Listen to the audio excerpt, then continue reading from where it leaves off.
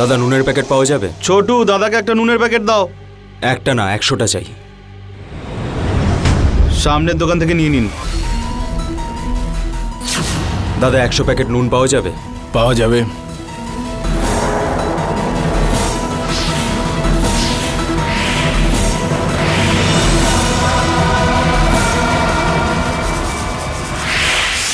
আজকের দিনে মানুষের মুখের কথার মিষ্টত্ব কিছুটা হয়তো কমেছে ঠিকই, কিন্তু সম্পর্কের সমীকরণ আরো জটিল হয়ে উঠেছে। এ সময় কোনো মানুষ যদি 100 কেজি নুন খোঁজে তাহলে চমকে যাওয়া স্বাভাবিক। নমস্কার, আমি গিরিশ জৈন।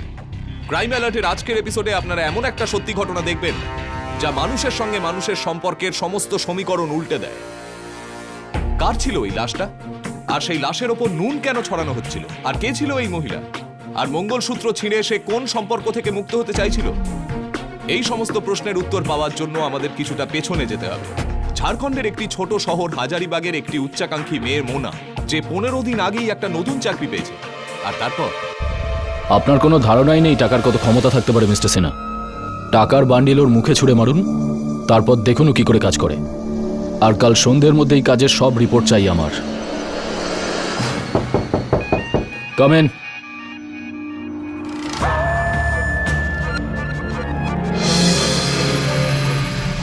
মোনা, এসো। গেস করুন স্যার আমার হাতে কি রয়েছে। অ্যাজ ইউজুয়াল কোনো ভালো খবর আছে? ঠিক তেমন নয়, সারপ্রাইজ আছে, আপনি নিজেই দেখুন। দাও।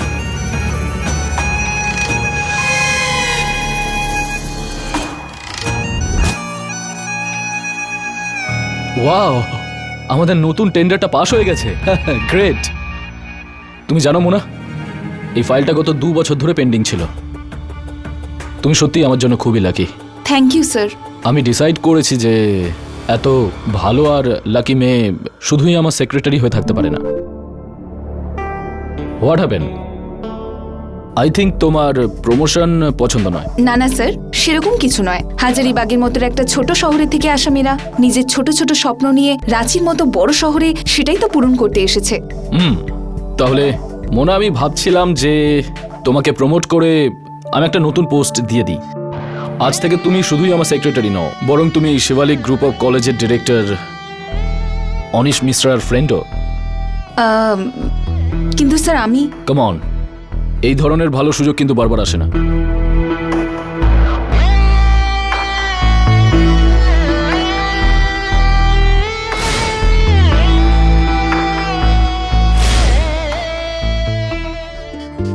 আচ্ছা শোনো, হ্যাঁ, এই যে আমাদের নতুন ম্যাডাম এসেছেন। মোনা ম্যাডাম। হ্যাঁ, ওনার জন্য কি নিয়ে যাচ্ছ? উনি চা খান, কখনো কখনো কফি খান। আচ্ছা, ওনাকে তো তুমি কফি খাওয়াবেই। স্যারের সেক্রেটারি বলে কথা।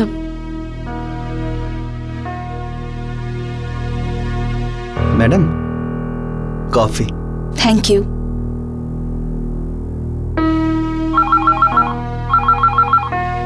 হ্যালো মোনা, আমাদের একটা খুব জরুরি মিটিংয়ে যেতে হবে, তাই তুমি তাড়াতাড়ি রেডি হয়ে নিচে পার্কিংয়ে চলে এসো। ওকে।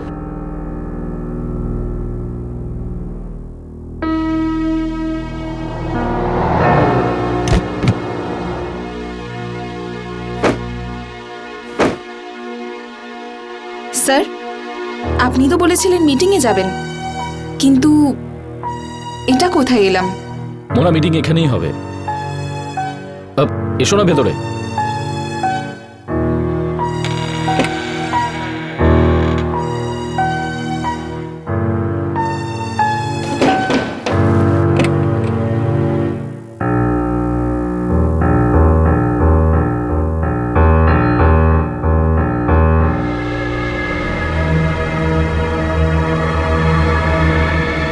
কেমন লাগছে আমার ফার্ম হাউস?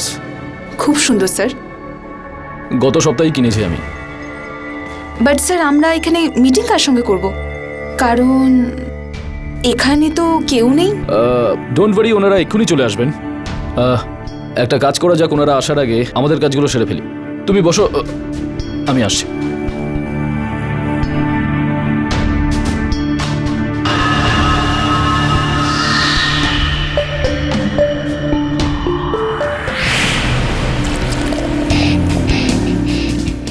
স্যার, আমি ড্রিঙ্ক করি না।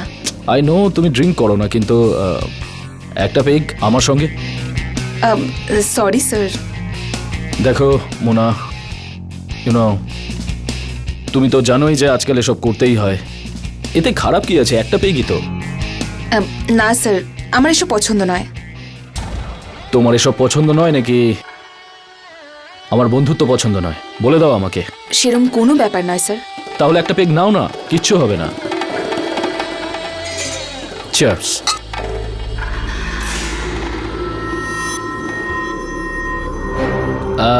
That's like a good girl.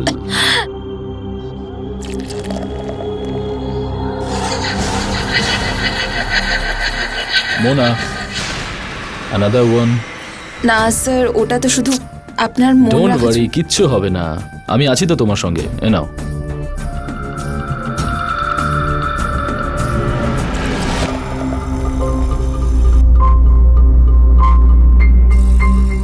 কেমন লাগছে মোনা?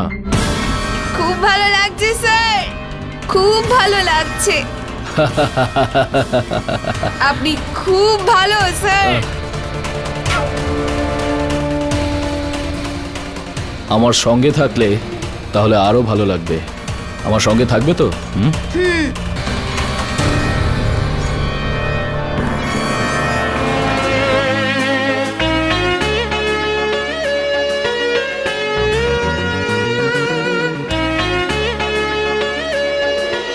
খুব অদ্ভুত লাগছে স্যার। যেটা হলো সেটা একেবারেই ঠিক হলো না। কেন? তোমার ভালো লাগছে না নাকি? ভালো লাগছে, কিন্তু আমরা এটাকে কি নাম দেব? ভালোবাসা না? মোনা, নাম দেওয়ার কোনো দরকার নেই। খুশিগুলোকে খুশিতেই থাকতে দাও। আর এমনিতেও খুশিগুলোকে মানুষ নাম দেওয়ার চক্করে সেগুলোকে হারিয়ে বসে। তুমি শুধু খুশি থাকো আর বাকিটা আমার উপর ছেড়ে দাও। Okay sir. স্যার নয় মোনা, অনিশ। মোনা, তুমি যদি আমার জন্য এত কিছু করতে পারো তাহলে আমিও তোমার জন্য সব করতে পারবো। যদি তোমার সব স্বপ্ন আমি পূরণ না করতে পেরেছি তাহলে আমি তোমার সত্যিকারের প্রেমিক নই।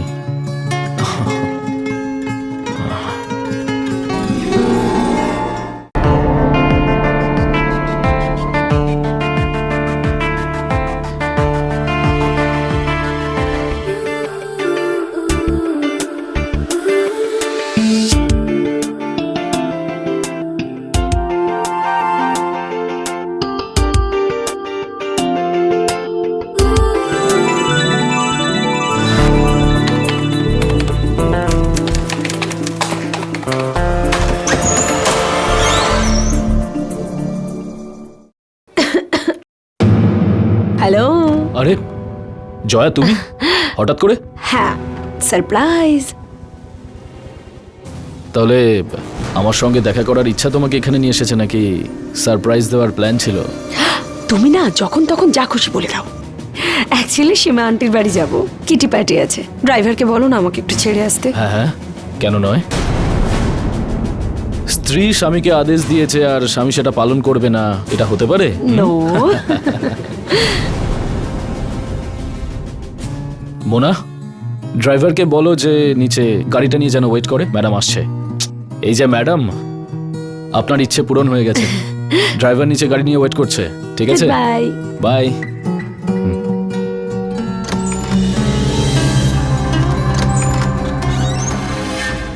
বাহ স্যার, এবার আপনার সত্যিটা সামনে এলো। মোনা, কি হয়েছে? এত রেগে আছো কেন? রেগে কেন আছি স্যার? আপনি আমাকে ব্যবহার করার জন্য আপনি আমার কাছে লুকিয়েছেন যে আপনি বিবাহিত। আপনি যখন আমার জন্য কিছু করতেই পারবেন না, কেন আমাকে মিথ্যে আশ্বাস দিলেন নিজের শরীরের খিদে মেটানোর জন্য? আমি মানছি যে আমি বিবাহিত, কিন্তু আমি তোমাকে ঠকাচ্ছি না। তুমি আমাকে বিশ্বাস করতে পারো। আর এই সম্পর্কের কি নাম দেবে কি দেবে না, এই কাজটা তোমার নয়, আমার কাজ। আর তোমার এই মুখে না হাসি ভালো লাগে সবসময়, স্মাইল।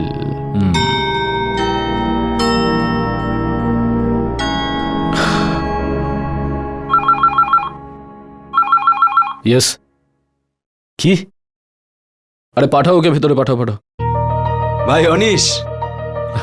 প্রকাশ, প্রকাশ। কখন এলি? এই এক্ষুনি এলাম। বল কেমন লাগছে আমায়? একদম স্লিম ট্রিম ফিট। আমাকে দেখ। মোনা, আমি সন্ধ্যাবেলা ফিরে আসবো। আজকের সব অ্যাপয়েন্টমেন্ট ক্যান্সেল। সমস্ত অ্যাপয়েন্টমেন্ট ক্যান্সেল আমার জন্যে? হ্যাঁ, পার্টি করবো গিয়ে। চল। চল।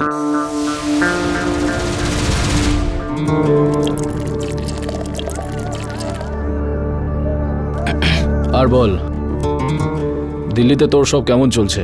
আপাতত কিছু চলছে না রে ভাই, সব শেষ হয়ে গেছে। বাবা মা তো আগেই ছেড়ে চলে গেছিল। তারপর তুই বিজনেস শুরু করার জন্য যে টাকাটা আমাকে দিয়েছিলি সেটাও লসের মধ্যে ডুবে গেছে। কোনো ব্যাপার নয়, দেখ বিজনেসে এরকম হতেই থাকে। না তুই এটা বল, আগামী দিনে কি করবি প্ল্যান করেছিস? ভাবছি এই শহরেই ছোটোখাটো একটা বিজনেস শুরু করব। একবার বিজনেসটা ঠিকঠাক মতো দাঁড়িয়ে গেলে তারপর দেখিস ঠিক তোর মতো বিয়ে টিয়ে করে সেটেল হয়ে যাব। এবার তুই এই শহরে সেটেল হওয়ার জন্য ভাবছিসই যখন, আমি তোর হয়ে বিজনেসে টাকা লাগিয়ে দিচ্ছি। কিন্তু হ্যাঁ, এইবার রিয়েল এস্টেটের ব্যবসা করবি। ভাই তোকে এর আগের টাকাটাই আমি ফেরত দিতে পারিনি, তারপরও তুই আমার নতুন বিজনেসে টাকা ঢালতে চাইছিস। তোকে কিভাবে থ্যাঙ্কস বলবো? আমি বলবো হ্যাঁ, কিভাবে বল। করতে পারিস। গ্লাসটা তোল, চল। চিয়ার্স।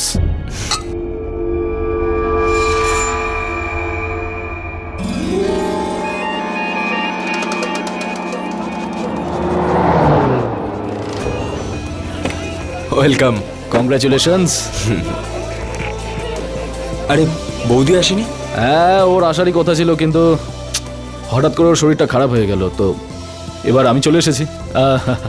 এই হলো মোনা, আমার সেক্রেটারি আর আমার বন্ধু। ওয়েলকাম। Thank you. ভাই আয় আর রিবনটা কাট আর বিজনেসের শুরুটা কর। চলে এসো, কম।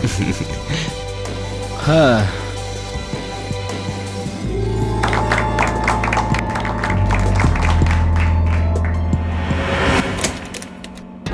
আজ পার্টিতে ভালো লেগেছে না? তুমি ভেতরে কি করে এলে? তুমি তো এমনভাবে রিয়াক্ট করছো যেন আমি তোমাকে এই প্রথমবার দেখছি। সেসব ছাড়ো, এসো এদিকে। কি হয়েছে? এগুলো কি হচ্ছে? তুমি বলেছিলে আমরা ফ্রেন্ডসদের বাড়ি যাচ্ছি, সাডেনলি আমরা পার্টিতে চলে এলাম। আর তুমি নিজের ফ্রেন্ডকে কি বললে? এ সেই মোনা যার কথা বলেছিলাম। হ্যাঁ, আমি ওকে বলেছি। কি বলেছো? এটাই বলেছি যে তুমি একটা ভালো আর বুদ্ধিমতী মেয়ে, তোমার ওকে বিয়ে করে নেওয়া উচিত। মজা করো না। আরে আমি মজা করছি না মোনা, সত্যি বলছি। আর ও তোমাকে বিয়ে করার জন্য রাজি। ভুলভাল বকো না। মোনা, আমি সবকিছু সেট করে দিয়েছি। হোয়াট? আমি কি মোমের পুতুল নাকি? হ্যাঁ, যে যখন মন চাইলো খেললাম আর নয়তো অন্যের হাতে তুলে দিলাম। অনিশ, আমি যদি বিয়ে করি তাহলে সেটা শুধু তোমাকেই। তুমি আমাকে বিয়ে করবে, তোমার বিয়ে আমার সঙ্গেই হবে, কিন্তু শুধু নাম হবে সেটার। সবাই তোমার স্বামী হিসেবে চিনবে প্রকাশকে। বিশ্বাস হচ্ছে না তোমার?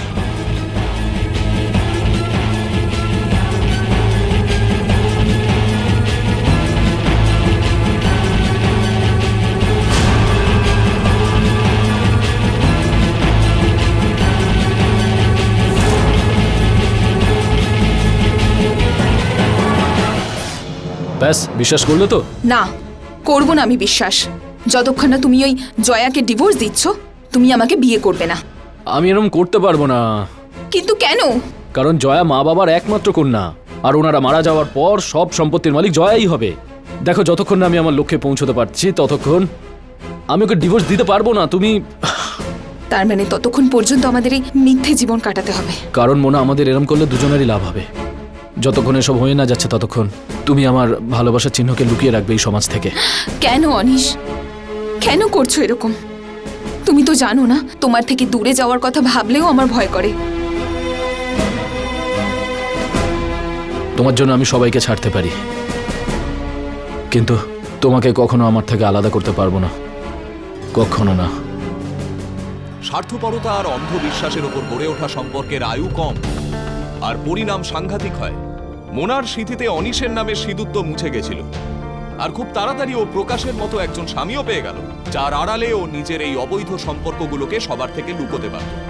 অনিশের কথা শুনে মোনাকে নিজের জীবনসঙ্গী হিসেবে বেছে নেওয়া প্রকাশ এটা ভাবতেও পারেনি যে ও একটা বড় ষড়যন্ত্রের অংশ হয়ে পড়েছিল। অগ্নি সাক্ষী করে তৈরি হওয়া এই সম্পর্কের আসল অগ্নি পরীক্ষা এখনো বাকি ছিল।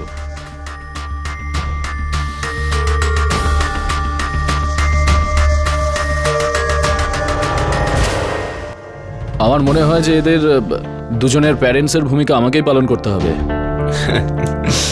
আর তোমরা দুজন আমাদের দুজনের পা ছুঁয়ে আশীর্বাদ নিতে একদম ভুলবে না। হ্যাঁ, তবে জুতো চুরির নিয়মটা কিন্তু এখনো বাকি আছে।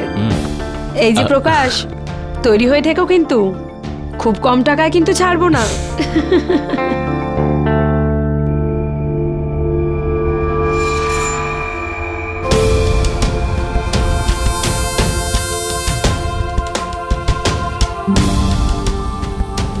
সত্যি তোমরা না থাকলে আমাদের সব স্বপ্ন স্বপ্নই থেকে যেত। বৌদি, আমি তোমাকে আর অনিশকে সবসময় আমার প্যারেন্টস হিসেবেই দেখেছি, আর তোমরাও আমার খেয়াল একজন প্যারেন্টসের মতোই রেখেছো। ব্যাস ব্যাস ব্যাস, অনেক হয়েছে আপাতত, এখন সময় পড়ে রয়েছে। ছাড় এসব কথা, আয় ভেতরে আয়, যা গিয়ে সোজা বেডরুমে যা। আরে তোমার এত তাড়া কিসের? আরে মানে আমি মোনা, এসো গৃহে প্রবেশ করো।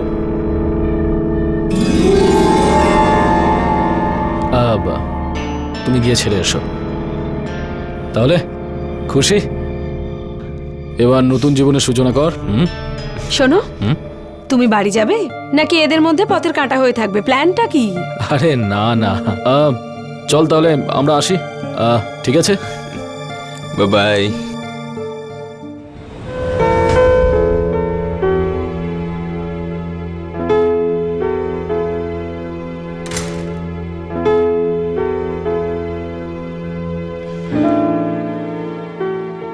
আজ আমরা নতুন একটা জীবন শুরু করতে চলেছি। আমি তোমাকে কিছু বলতে চাই। আমি তোমাকে এই পৃথিবীর সমস্ত সুখ দিতে চাই, কিন্তু তার বদলে আমি শুধু একটা জিনিস তোমার থেকে চাই, যে তুমি অনিশকে সম্মান করো। অনিশ আমাদের দুজনের জন্য অনেক কিছু করেছে। আমি সব কিছু ছেড়ে দিতে পারি, কিন্তু ওকে ছাড়তে পারবো না।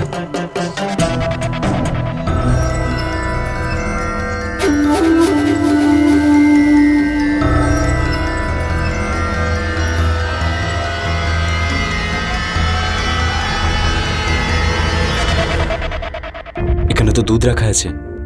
ফিল্মে ফুলসজ্জা হওয়ার আগে হিরো দুধ খায়। আজকে আমার ফুলসজ্জা, আমিও দুধটা খেয়ে আসি।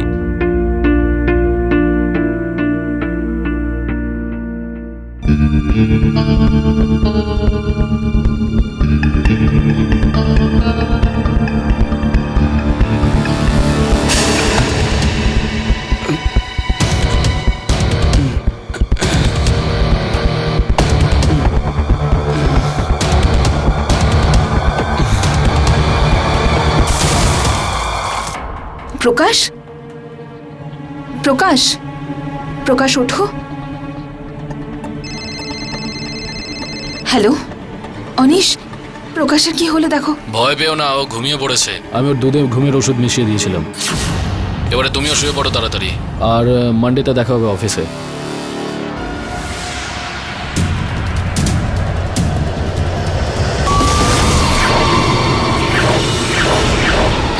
তুমি তুমি তোমাকে ভয় পাই।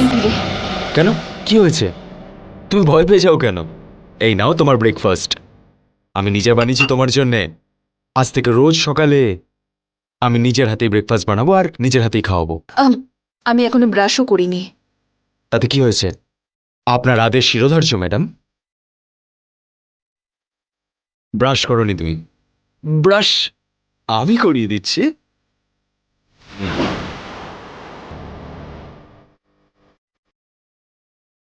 হুম।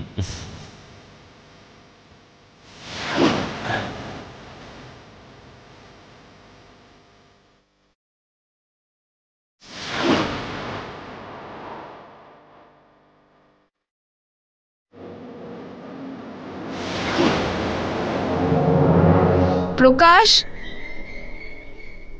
প্রকাশ ওঠো। বাড়িতে অনেক কাজ আছে। ওঠো, ব্রেকফাস্ট করে নাও। প্রকাশ, প্রকাশ, প্রকাশ ওঠো। প্রকাশ,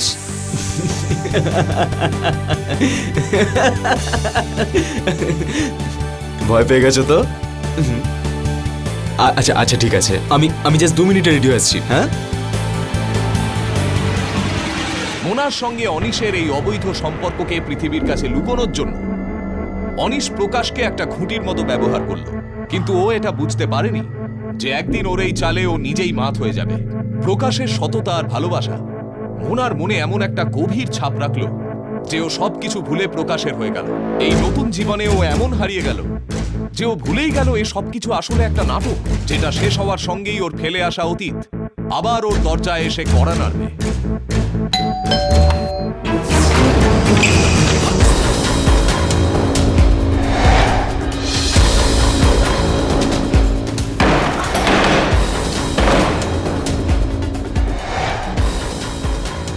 হোয়াট দ্য হেল মোনা, কি এসব? সকাল থেকে ফোন করে যাচ্ছি, ফোন তুলছো না তুমি। আজকে বাড়িতে অনেক কাজ ছিল অনিশ। আর অফিসের কাজ কে করবে? মোনা, নিজের ঘড়িটা দেখো একবার। মানডে মর্নিং বলেছিলাম না তোমাকে? এখন দুপুর হয়ে গেছে। সরি, আজ বাদ দাও, কাল আমি সকাল সকাল চলে আসবো। আচ্ছা,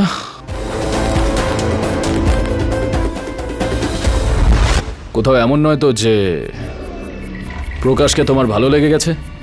সত্যি বলতে, Prakash is the nice guy. Nice গাই?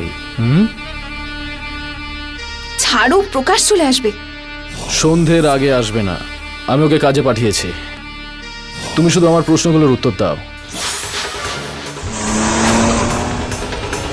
সেরকম কিচ্ছু নয় যেটা তুমি ভাবছো অনিশ। আর যদি এরকম না হয় তাহলে বেশি ভালো হবে। তাহলে চলো একটু আমাদের পুরনো কিছু স্মৃতি তাজা করা যাক। এবার আমাদের এগুলো বন্ধ করে দেওয়া উচিত। না, করা উচিত নয়। সবে তো শুরু হয়েছে আমাদের।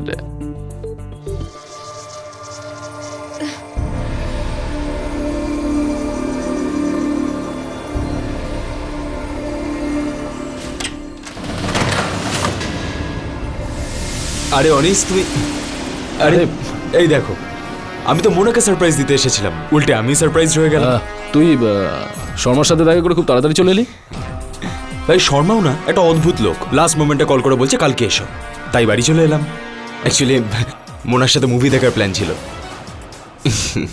একটা কাজ কর না, তুইও আমাদের সাথে চো। না না ভাই, অ্যাকচুয়ালি আমার অফিসে একটু কাজ আছে, অন্যদিন যাবো। Okay. চলে এলাম, বাই। বাই।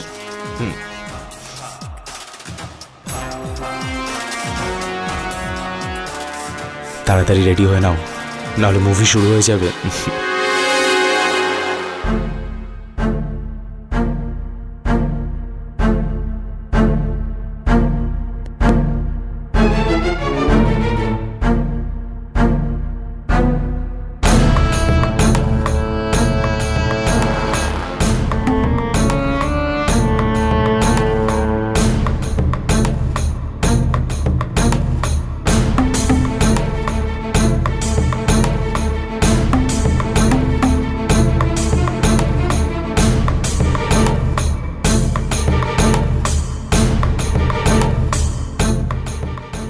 এবারে গিয়ে একটু শান্তি পেলাম।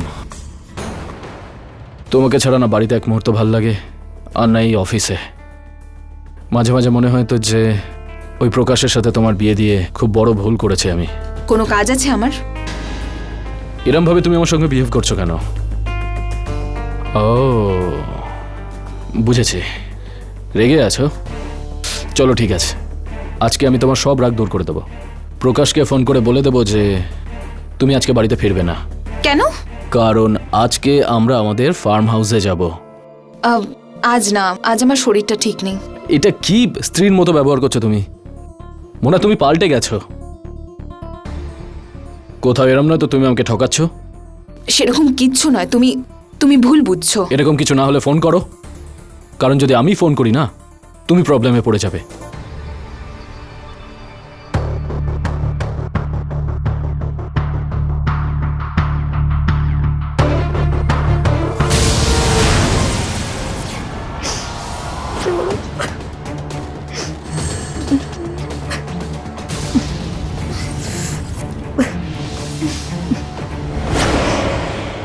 দেখো মোনা, যদি তুমি ভালোভাবে আমার কথা শুনতে তাহলে এরকম করার দরকার ছিল না।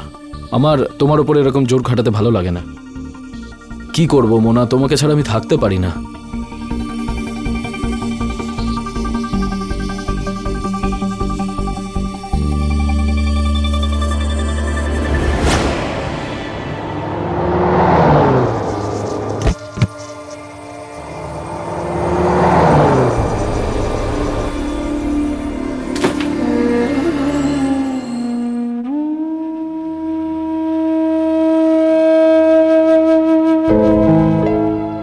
এই দেখো, তুমি এখানে দাঁড়িয়ে আর আমি সারা বাড়িতে খুঁজছি। এটা হচ্ছে আমাদের হানিমুন ট্রিপের প্ল্যান, আর এটা হচ্ছে আমাদের টিকিট। আর আমরা ইউরোপ যাচ্ছি 15 দিনের জন্য হানিমুন ট্রিপে। কি ব্যাপার, তুমি খুশি নয়? ভীষণ খুশি আমি, কিন্তু অফিস থেকে ছুটি দেবে তবে তো। এই ব্যাপার। আরে কি করছো? এক সেকেন্ড, অনিশকে একটা ফোন আরে করছি। করো না।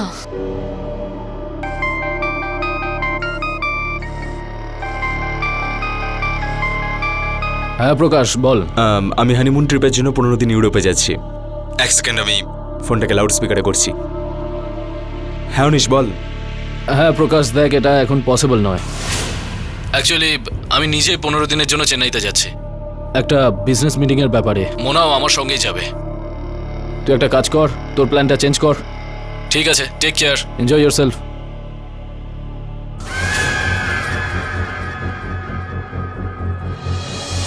কোনো ব্যাপার নয়, নেক্সট মান্থে প্ল্যানটা করে নেব। না, আমরা এই মাসেই যাব। আমাদের প্ল্যান চেঞ্জ হবে না।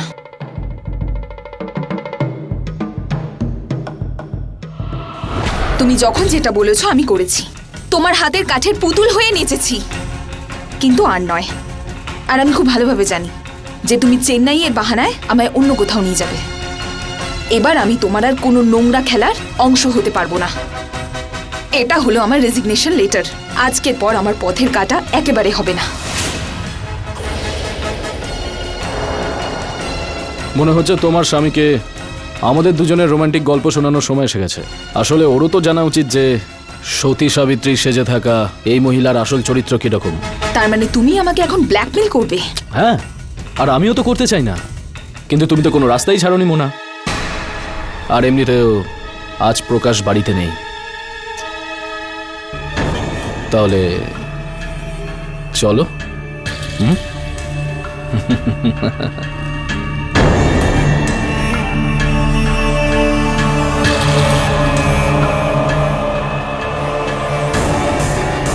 কি হয়েছে তোমার? এইভাবে লাশের মতো আচরণ কেন করছো? লাশিত হয়ে গেছি আমি। এটা তোমার প্রতিদিনের নাটক হয়ে দাঁড়িয়েছে, সব বুঝতে পারছি আমি। আমি আগের মোনাকে ফেরত চাই, যেমন তুমি আগে ছিলে। না হলে তোমার জীবন পুরোপুরি শেষ করে দেবো আমি। এর থেকে বেশি আর কি ক্ষতি হবে? এর থেকে তো ভালো আমি নিজে প্রকাশকে সবকিছু বলে দিই। আচ্ছা, হক না তোর এসব বলে দেওয়ার, তাহলে যা গিয়ে সবকিছু বলে দে। কিন্তু একটা কথা মাথা রাখবি, এসব শোনার পর যেদিন প্রকাশ তোকে ছেড়ে দেবে না, বাড়ির দরজায় দরজায় ঠোকর খাবি, বুঝেছিস?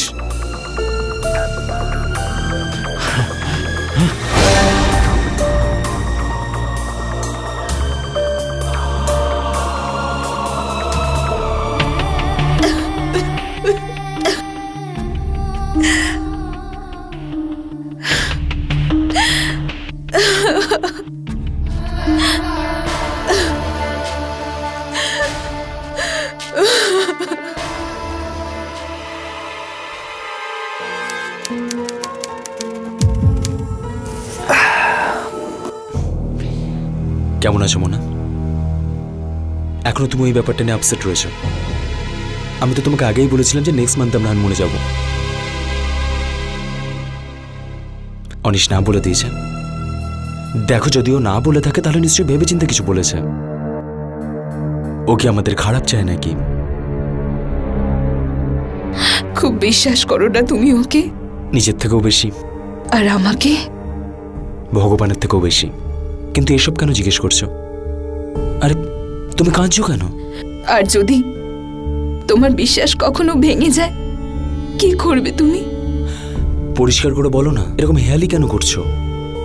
আমি আর অনিশ মিলে তোমাকে ঠকাচ্ছি।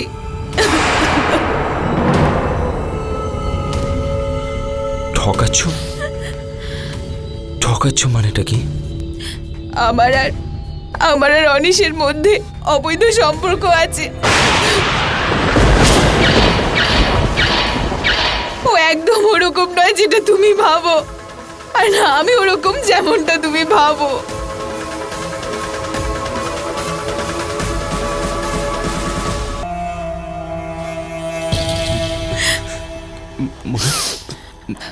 তুমি তুমি তুমি মিথ্যে বলছো না?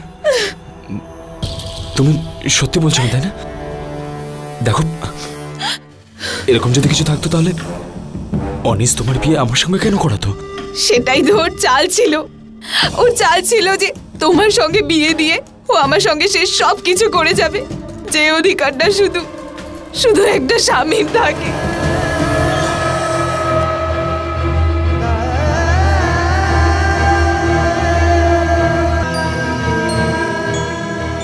কিন্তু এটা সত্যি ছিল যে আমি প্রথমে তোমাকে বিয়ে করতে চাইনি, কিন্তু কিন্তু সত্যি বলছি প্রকাশ, যবে থেকে আমাদের বিয়ে হয়েছে আমি একেবারে বদলে গেছি। আমি শুধুমাত্র তোমাকে ভালোবাসি। এগুলো শুধু শুধু তোমার ভালো মন আর তুমি একটা ভালো মানুষ বলেই হয়েছে প্রকাশ।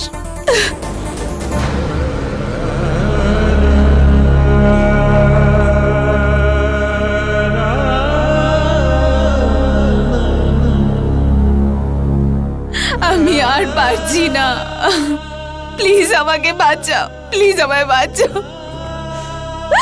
অথবা অথবা তুমি আমাকে মেরে ফেলো, আমায় মেরে ফেলো প্রকাশ।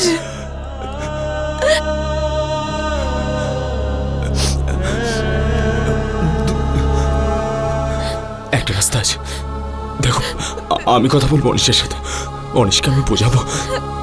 দেখো, হতে পারে আমার বোঝানো তো বুঝে যাবে। না প্রকাশ, না, ওই মানুষটাকে বদলানোর চেষ্টা করাই বৃথা হবে প্রকাশ। ও শোধরাবে না, ও শোধরাবে না।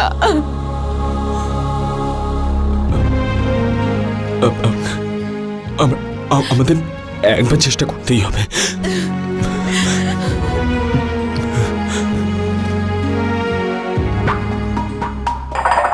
অনিশ মোনাকে ভুলে যাও, যাতে বন্ধু হিসেবে আমি তোমাকে যতটুকু সম্মান করি সেটুকু বেঁচে থাকে। আমার টাকায় বেঁচে থাকা ভিখারি আজকে আমারই কেবিনে ঢুকে আমার সামনে দাঁড়িয়ে আমাকে হুমকি দিচ্ছিস? ভিখারি হুমকি দেয় না। ভালো হবে তুমি সেই পর্যায়টায় যেও না যেখানে মনুষ্যত্ব শেষ হয়ে হিংসার পথ শুরু হয়।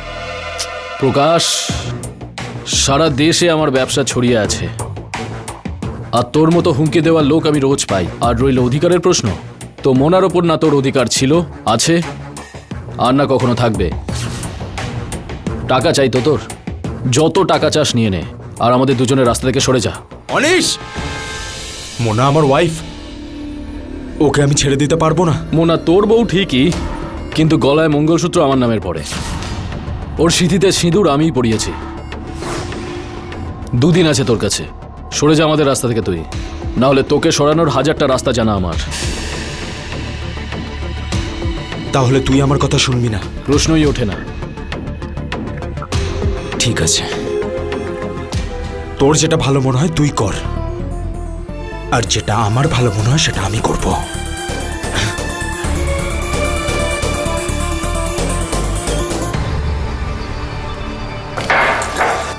আসছি মোনা, সব ঠিক হয়ে যাবে, তুমি টেনশন করো না। আমি নিজের মিটিংটা শেষ করে সকলের মধ্যে চলে আসবো। Bye bye.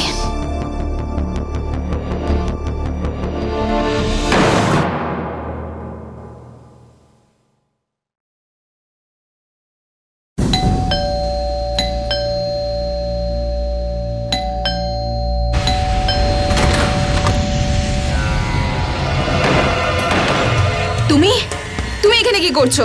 সেটাই যেটা সবসময় করতে আসি। নিজের মাথা থেকে এবার এসব বার করে ফেলো যে আমাদের মধ্যে এবার কিছু হতে পারে। প্রকাশ বাড়িতে নেই, তুমি এভাবে বাড়ির ভিতরে আসতে পারো না। চুপচাপ চলে যাও, না হলে কিন্তু আমি চিৎকার করব। চিৎকার করবি তুই? হ্যাঁ, তখন না চিৎকার করবি। আমি আমার লোককে দিয়ে ফোন করিয়ে ওকে বাইরে পাঠিয়েছি। আজকে রাতে আমি আর তুই একটাই বিছানায়, আর কেউ না।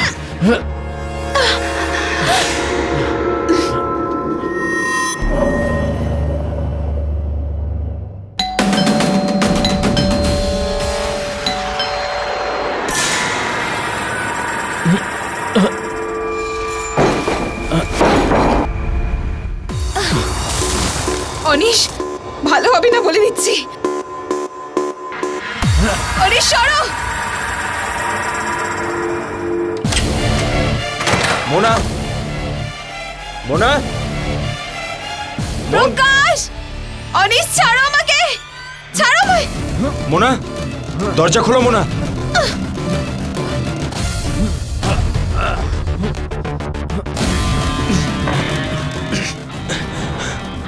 প্রকাশ! অনিশ, প্রকাশ, এই শয়তানটা দেখো, এই শয়তানটা আমাকে জোর করছিল। শেষ পর্যন্ত তোর আসল চেহারাটা দেখিয়েই দিলি। ভালো করেছিস যে তুই নিজে এখানে এসেছিস। দেখ প্রকাশ, এসব এরকমই চলবে। আমাদের সবার ভালো তাতেই হবে যাতে আমরা নিজেদের মুখ বন্ধ রাখি আর লাইফ এনজয় করতে থাকি। এই যে আমি ওর সাথে এসব করছি, এমনি করছি না। কি চাই তোর? টাকা, প্রপার্টি? বল কি চাই তোর? আরে এত দেবো তোকে, সারা জীবন অ্যাশ করতে থাকবি। তোরা এত বড় সাহস!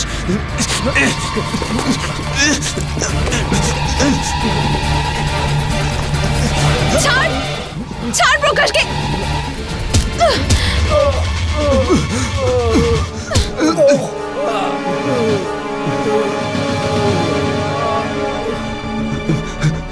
অনিশ, অনিশ, মোনা, এ তো মারা গেছে।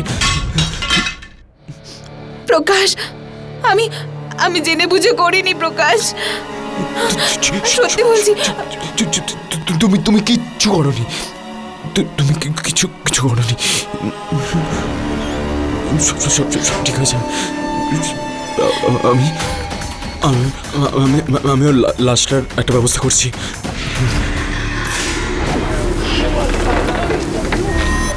দাদা, নুনের প্যাকেট পাওয়া যাবে? ছোটু, দাদাকে একটা নুনের প্যাকেট দাও। একটা না, 100টা চাই। 100টা প্যাকেট? হ্যাঁ, 100টা। সামনের দোকান থেকে নিয়ে নিন।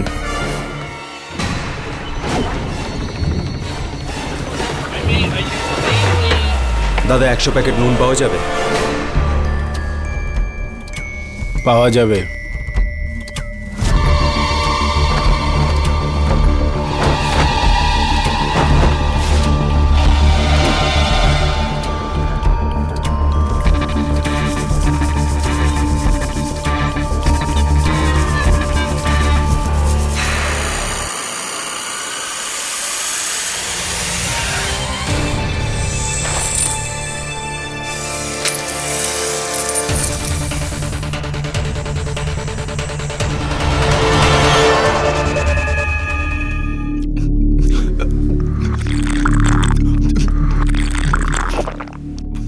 কি করছো? যদি কেউ জানতে পেরে যায় তাহলে? কিভাবে কেউ জানতে পারবে? আমরা সবকিছু তো ভালো মতো দেখেছি, আর নুনও তো ঢেলেছি, আর কোনো প্রমাণও তো আমরা রাখিনি। আমার খুব ভয় করছে। কিচ্ছু হবে না। কে এলো? পুলিশ? ও অন্য কেউ হবে।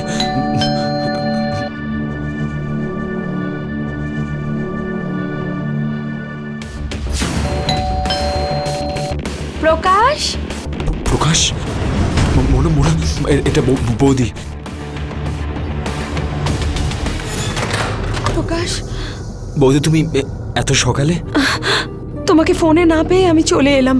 এত সকালে? কি হয়েছে? অনিশ এসেছিল। অনিশ? না বৌদি। কাল রাত থেকে অনিশের কোনো খোঁজ পাচ্ছি না। সব জায়গায় খোঁজ নিয়েছে কিন্তু ওর কোনো খবর পাইনি। ফোন করে যাচ্ছি, রিংও হচ্ছে, কিন্তু ও কোনো আনসারই দিচ্ছে না। আমাদের কাছেও ওনার ফোন আসেনি। কি হয়েছে? বৌদি, তুমি চিন্তা করো না। অ্যাকচুয়ালি তুমি তো জানোই যে ও সবসময় কিছু না কিছু মিটিংয়ের জন্য ব্যস্ত থাকে। ও হতে পারে কোনো ফোন এসেছিল আর ওর সাথে সাথে মিটিংয়ে চলে গেছে। অ্যাটলিস্ট ফোনটা তো ধরবে বলো। সাইলেন্টে রেখে ভুলে গেছে হয়তো। যখনই আপনার মিসড কল দেখবে আপনাকে কল করে দেবে। বৌদি তুমি টেনশন করো না, আমি গিয়ে দেখছি। দেখা হলেই আমি তোমার সাথে প্রথমে কথা বলাবো। বৌদি প্লিজ তুমি চিন্তা করো না, আর তুমি বাড়িতে যাও। Thank you.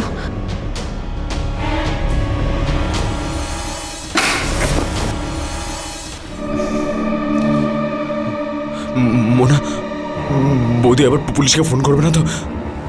আমার মনে হয় এখান থেকে আমাদের বেরিয়ে যাওয়া উচিত। আর আমি না ওই হানিমুনের প্যাকেজটা ক্যান্সেল করিনি। আজকে সন্ধ্যার ফ্লাইট। চলো রেডি হই।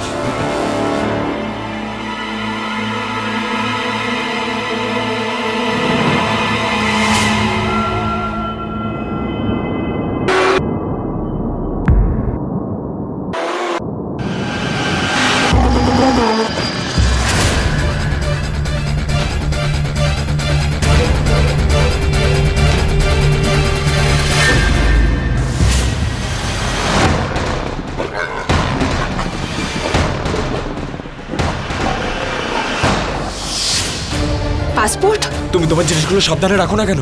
তাড়াতাড়ি খোঁজো।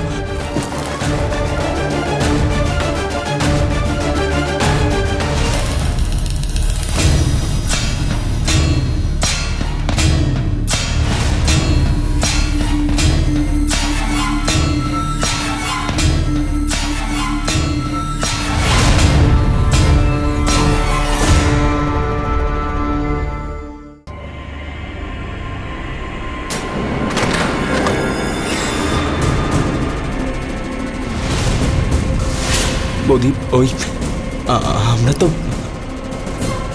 অনিশকে খুঁজতে যাচ্ছ তো? ব্যাগ প্যাক করে জিনিসপত্র নিয়ে তোমরা অনিশকে খুঁজতে যাচ্ছ?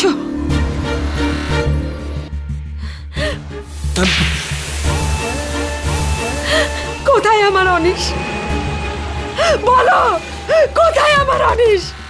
বৌদি ওই আমরা কি করে জানবো? তুই জানিস না? আমি বলছি চল ভিতরে। স্যার এটা কি? এরকম অনেকগুলো প্যাকেট তোর বাড়ির বাইরে ডাস্টবিনে পড়ে আছে। এত নুন কি কাজে? স্যার আমি তো জানি না। তুই জানিস না? তোর বাড়ির বাইরে যে দোকানদার আছে সেও তো তোর কথাই বলেছে আমাদের। স্যার এরকম কোনো ব্যাপার নেই স্যার। মিথ্যে। শুনুন ইন্সপেক্টর, সকালবেলা যখন এদের বাড়ি থেকে বেরোই তখন আমি হাতে ইরিটেশন ফিল করি। আমি সেটা টেস্ট করে বুঝতে পারলাম ওটা নুন। আমি চারদিকটা ভালো করে দেখি, তখন দেখি যে আমার হাতে যে নুনটা লেগেছে সেটা এদের দরজা থেকে লেগেছে। আর ইন্সপেক্টর, আপনি নিজেও তো দেখলেন যে বাইরে নুন ছড়িয়ে রয়েছে, যার ওপর গাড়ির টায়ারের দাগ রয়েছে। ইন্সপেক্টর, জিজ্ঞাসা করুন এদের যে এই নুন আর গাড়ির টায়ারের দাগ কোথা থেকে এলো। স্যার আমি সত্যি বলছি। চুপ, এক্ষুনি সব জানা যাবে। বাড়ির তল্লাশি নাও। আমরা এতগুলো নুন কেন কিনবো? আমরা কি করবো এতগুলো নুন কিনে ইন্সপেক্টর? এক্ষুনি বোঝা যাবে সেটা।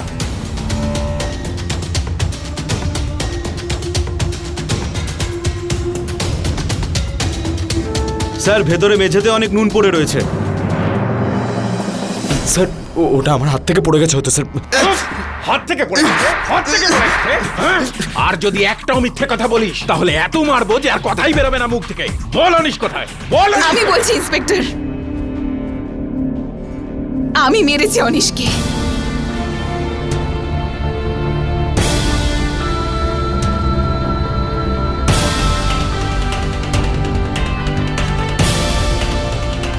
মেরে ফেলেছিস? কেন মেরেছিস তুই আমার অনিশকে? কেন কেন? এটারই যোগ্য ছিল।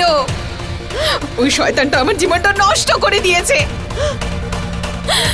আমার বিয়ের পরেও আমাকে ছাড়েনি। আমার স্বামীর সামনেও আমাকে অপমান করেছে। সেই জন্য মেরে ফেলেছি ওকে।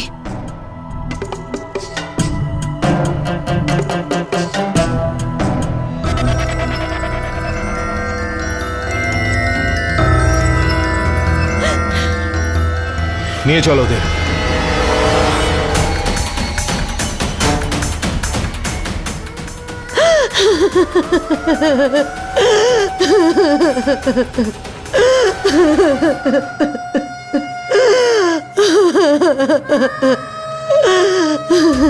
ভুল করে হলেও অপরাধ তো অপরাধী।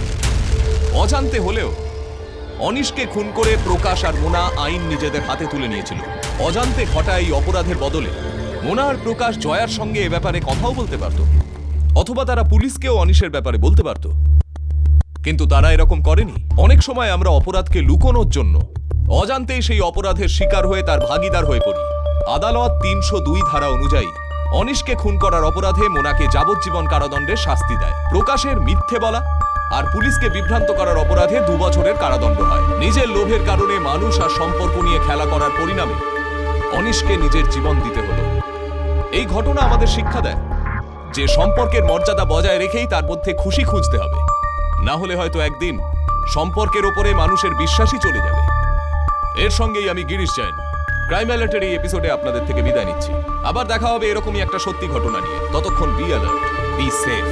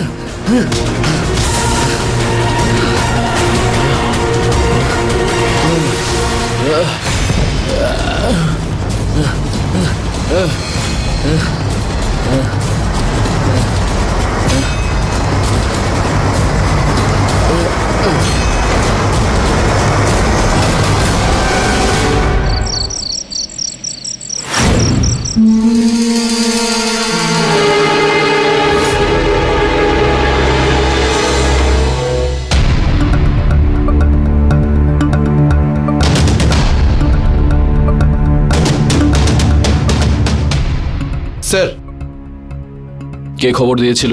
স্যার যে ফোন করেছিল সে নিজের নাম বলেনি আর ফোন কেটে দিল।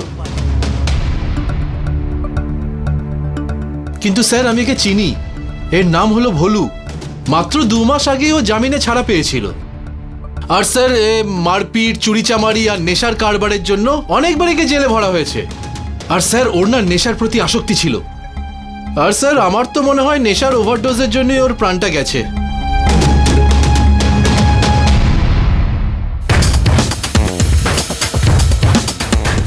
আর এই কাটা ফেটে যাওয়ার চিহ্ন? স্যার ওর আঙুল দেখে তো আমার মনে হয় এই সমস্ত আঘাতের চিহ্ন আছড়ে আছড়ে করেছে। আর স্যার যেটা ইম্পর্টেন্ট ব্যাপার হলো যে ওর কাছ থেকে কোনো মোবাইল পাওয়া যায়নি। খুব ইন্টারেস্টিং না? কোনো মানুষ এতটা শত্রু কি করে হতে পারে যে নিজেই নিজের প্রাণ নিয়ে নিতে পারে? না চৌধুরী, আমার তো মনে হয় কেউ একে হত্যা করে এর মোবাইলটাও সঙ্গে নিয়ে গেছে, যাতে কল ডিটেল চেক করে আমরা সেই খুনিকে ধরতে না পারি। হতে পারে স্যার, এমনটাও হতে পারে নয়, এরকমই হয়েছে। লাশের ডিটেলসটা নিয়ে পোস্টমর্টমে পাঠিয়ে দাও। স্যার।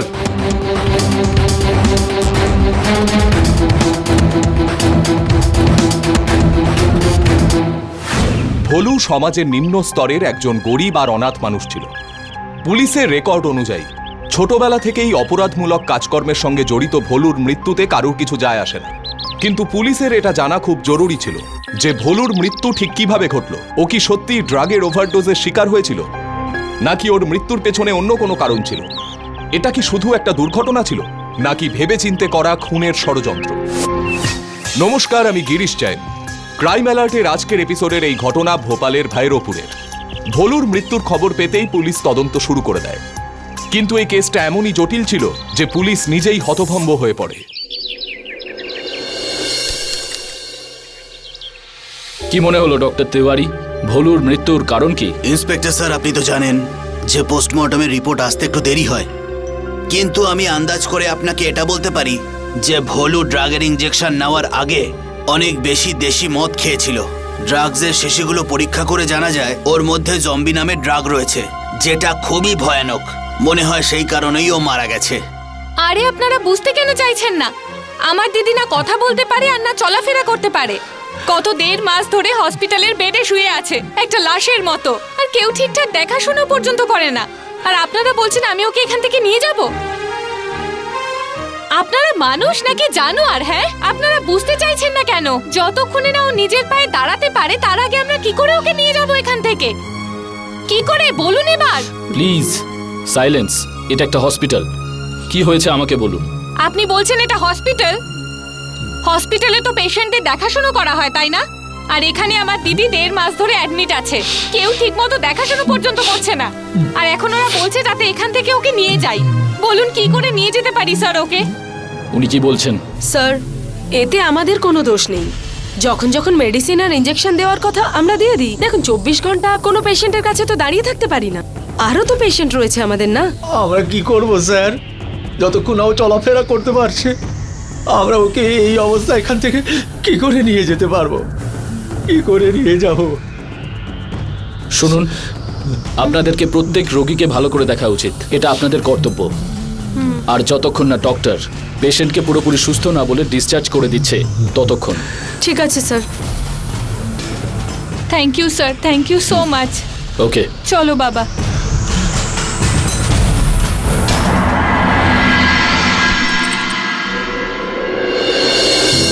গুঞ্জনের হাঁটতে না পারার কারণ ওর শারীরিক দুর্বলতা নয়, বরং ওর মানসিক দুর্বলতা। মেডিকেল রিপোর্ট অনুযায়ী এখন ও শারীরিকভাবে সম্পূর্ণ সুস্থ। ডক্টর, তার মানে আমরা গুঞ্জনকে এখন বাড়ি নিয়ে যেতে পারি তো? আগে হ্যাঁ, আর যদি আপনারা চান যে ও আগের মতোই হাসুক, কথা বলুক, চলাফেরা করুক, তাহলে আপনারা ওকে কোনো সাইকিয়াট্রিস্ট, মানে আমি বলছি যে কোনো মনোরোগ বিশেষজ্ঞকে দেখান। ডক্টর, দিদি ঠিক হয়ে যাবে তো? হ্যাঁ হ্যাঁ, কেন হবে না? সমস্ত রোগেরই চিকিৎসা হয়। আর গুঞ্জনের পরিবারের লোকেরা যখন এত ভালো, সবাই ওকে এত ভালোবাসে, তখন নিশ্চয়ই ও খুব তাড়াতাড়ি সুস্থ হয়ে উঠবে।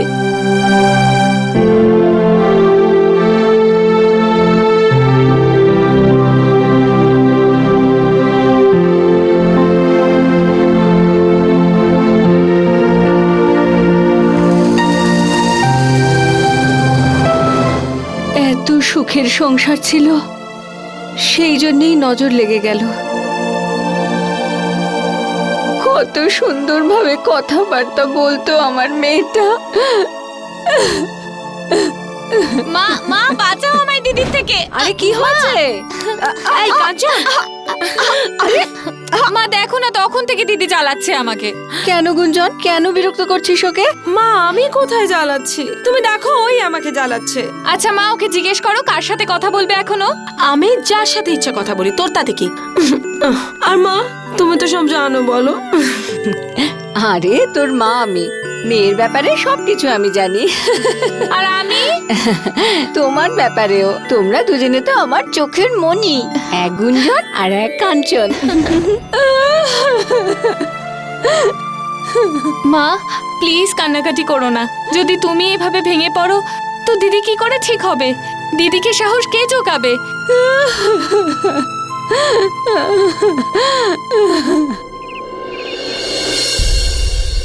কি নাম তোর? স্যার সুরেশ। কি করিস তুই? স্যার দিনমজুরির কাজ করি। মিথ্যে কথা কেন বলেছিস তুই? বল। কোথাও তুই ভলুকে? না না স্যার, আমি তো একজন খুব গরিব মানুষ। পুলিশের চক্কর খুব খারাপ স্যার, তাই জন্য আমি মিথ্যে কথা বলেছিলাম। তাহলে তুই কি করে জানতে পারলি যে ভোলু মারা গেছে? স্যার ভোলুর কাছে তো আমি কখনো কখনো এই জন্যই যেতাম যে কারণ আমারও নেশার প্রতি আসক্তি আছে। তুইও কি ড্রাগ নিস? না না স্যার, আমি এরকম কোনো নেশা করি না। তাহলে কি নেশা করিস তুই? আমি শুধু মদ খাই স্যার। আচ্ছা, তোর কি মনে হয় ভোলু বেশি নেশা করার জন্য মারা গেছে, নাকি ওকে কেউ মেরে ফেলেছে? এখন আমি আপনাকে কি বলি বলুন তো স্যার? কিন্তু হ্যাঁ, নেশা করার ব্যাপারেও সবার বাবা ছিল। আমি ওকে সারা রাত ধরে নেশা করতে দেখেছি, আর তারপরেও সারাক্ষণ হুঁশেই থাকতো স্যার। ও ড্রাগসের কারবার করতো না স্যার। যদি ওরই নেশা হয়ে যেত তাহলে তোর ব্যবসাই বন্ধ হয়ে যেত। আচ্ছা, তোর কি কারোর ওপর সন্দেহ হয়? ওর সাথে কি কারোর কখনো কোনো ঝগড়া হয়েছিল? হ্যাঁ স্যার, ওর একটা বন্ধু আছে মুন্না মেকানিক। ভোলু ওর কাছ থেকে কিছু টাকা ধার নিয়েছিল। যখন ও টাইমে ও টাকা শোধ করতে পারেনি, তখন এক রাতে মুন্না ওকে প্রাণে মেরে ফেলার হুমকি দিয়েছিল। হতে পারে স্যার ওই হয়তো। এই মুন্নাকে পাওয়া যাবে কোথায়? স্যার আসলামের গ্যারেজে। নিয়ে যাও একে।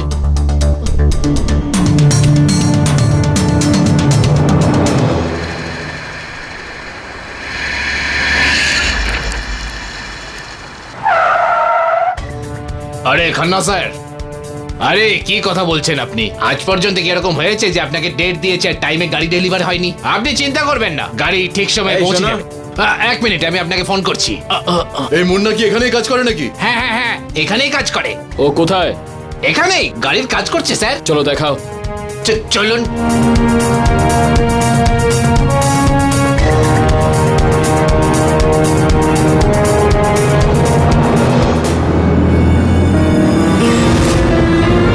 স্যার এখানে আসুন।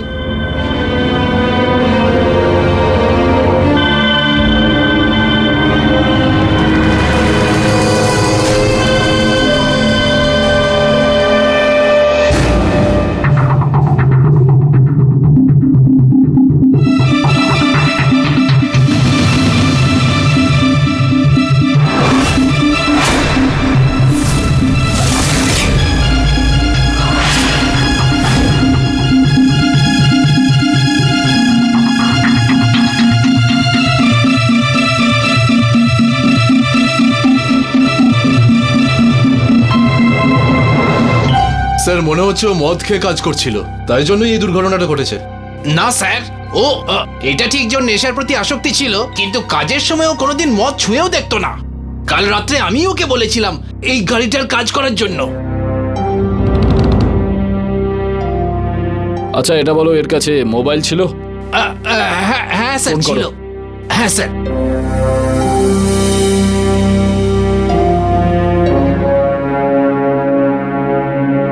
ফোন সুইচ অফ বলছে স্যার। ঠিক আছে, তুমি যাও। সঞ্জয়, লাশটাকে পোস্টমর্টমে পাঠিয়ে দাও, ঠিক আছে? চৌধুরী স্যার ব্যাপারটা খুবই গন্ডগোলের ঠেকছে। যদি এ গাড়ি রিপেয়ার করে থাকে তাহলে এর কাছে যন্ত্রপাতি হওয়া উচিত ছিল, আর এর মোবাইলটাও এর কাছে নেই। তুমি কি ব্যাপারটা বুঝতে পারছো? স্যার কিছু তো গন্ডগোল আছেই স্যার। ঠিক আছে, চলো। পুলিশের সমস্যা আরো বেড়ে গেছিল। মুন্নার মৃত্যু পুলিশের সামনে আরেকটা নতুন প্রশ্ন তুলে দিয়েছিল। যখন ভোলু মারা গেছিল, তখন জিজ্ঞাসাবাদের সময় সুরেশ পুলিশকে বলেছিল যে মুন্না নিজের টাকা আদায়ের জন্য একবার ভোলুকে প্রাণে মেরে ফেলার হুমকি দিয়েছিল। তখন পুলিশের সন্দেহ হয় যে ভোলুর মৃত্যুর পেছনে মুন্নার হাত থাকতে পারে। কিন্তু মুন্নাকে খুঁজতে ওরা যখন আসলামের গ্যারাজে পৌঁছলো, ততক্ষণে মুন্নাও মারা গেছিল। প্রথমে ভোলু, তারপর মুন্নার মৃত্যু। এবার পুলিশ বুঝলো যে এদের মৃত্যু কেবল একটা দুর্ঘটনা ছিল না, বরং কারুর ভেবেচিন্তে করা খুনের ষড়যন্ত্র ছিল। কিন্তু যতক্ষণ খুনের উদ্দেশ্য সামনে না আসে, ততক্ষণ এই দুজনের মৃত্যুকে খুন বলে প্রমাণ করা যায় না। অপরদিকে গুঞ্জনকে হসপিটাল থেকে ছুটি দেওয়া হয়েছিল, কিন্তু তখনও ও সম্পূর্ণরূপে সুস্থ হয়ে ওঠেনি। কথায় বলে যে ডাক্তার ভগবানেরই রূপ, আর এখানেও গুঞ্জনের দেখাশোনায় ডাক্তারেরা আর হসপিটালের স্টাফেরা নিজেদের দায়িত্ব সম্পূর্ণরূপে পালন করেছিল। কিন্তু গুঞ্জনের পরিবারের লোকেদের মনে হচ্ছিল যে গুঞ্জনের দেখাশোনায় কোনো না কোনো গাফিলতি হয়েছে। মা, কারা দেখা করতে এসেছে দেখো। কেমন আছে গুঞ্জন? বেচারি দেখো ছাদের দিকে দেখছে। আরে বেচারি খুব বড় একটা শোক পেয়েছে। আরে এই অবস্থা তো বাবা মার ভুলের জন্য হয়েছে। মেয়েদের বেশি স্বাধীনতা দেবার ফল এই হয়। আন্টি কি উল্টোপাল্টা বলছেন আপনারা? হ্যাঁ, আপনারা দিদিকে দেখতে এসেছেন নাকি উল্টোপাল্টা কথা বলতে এসেছেন? আরে কাঞ্চন, যেটা সত্যি সেটাই বলছি। রেগে যাচ্ছিস কেন? রেগে যাব না তো কি খুশির চোটে নাচবো? দিদি এখানে অসুস্থ হয়ে বিছানায় শুয়ে আছে, আর ওরই সামনে আপনি উল্টোপাল্টা কথা বলছেন। একটা কাজ করুন, আপনারা এখান থেকে এখনই চলে যান। যান এখান থেকে। না কাঞ্চন মা, না। অতিথিদের সঙ্গে এরকম ব্যবহার করতে নেই, চুপ করে যাও। কেন মা, কেন চুপ করে থাকবো? আজকে এদের মতন মানুষজনের জন্যই দেশের মেয়েরা পিছিয়ে। দেখুন, আপনাদের সহানুভূতির কোনো প্রয়োজন নেই আমাদের। এখানে দাঁড়িয়ে থাকবেন না, যান এখান থেকে, চলে যান। চলো। জানি না কোথা থেকে চলে আসে।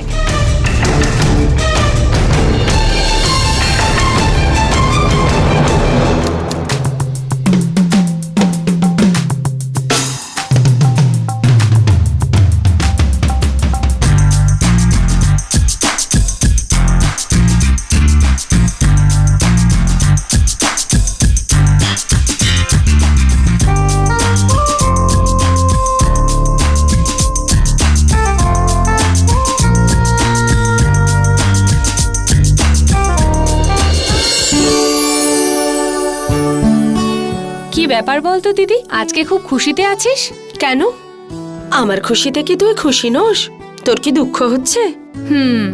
আচ্ছা, তার মানে রাকেশ আর ওর বাবা মা যে আমাকে দেখতে আসছে সেটা তোর ভালো লাগছে না? না দিদি, তার জন্য নয়। তুই পুলিশ অফিসার হতে চেয়েছিলিস, আর তোর সেই স্বপ্ন পূরণ হওয়ার আগেই রাকেশ জিজু বিয়ে করে তোকে এখান থেকে নিয়ে চলে যাবে। কিন্তু তুই কি জানিস, রাকেশ আমাকে কথা দিয়েছে যে যতদিন না আমি পুলিশ অফিসার হচ্ছি ততদিনও বিয়ের জন্য অপেক্ষা করবে। সত্যি? হ্যাঁ দিদি, তুই তো খুব লাকি, তোকে কত ভালোবাসে রে। সে তো বাসেই। জানিস কাঞ্চন, রাকেশ আমার জন্য সব কিছু করতে পারে, সারা পৃথিবীর সাথে লড়তে পারে।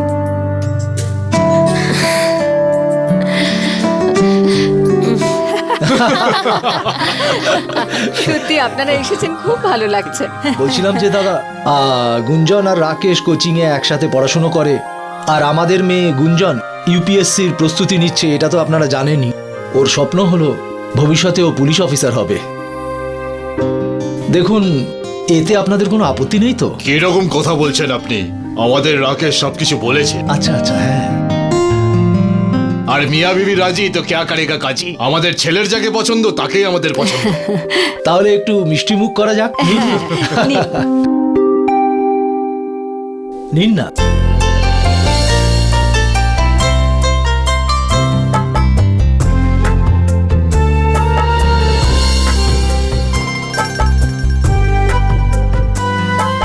আরে গুঞ্জন, আয় মা আয়। লাখের আয় মা, মধ্যে আয়। এক হয়েছে আমাদের বৌমা, তাই না?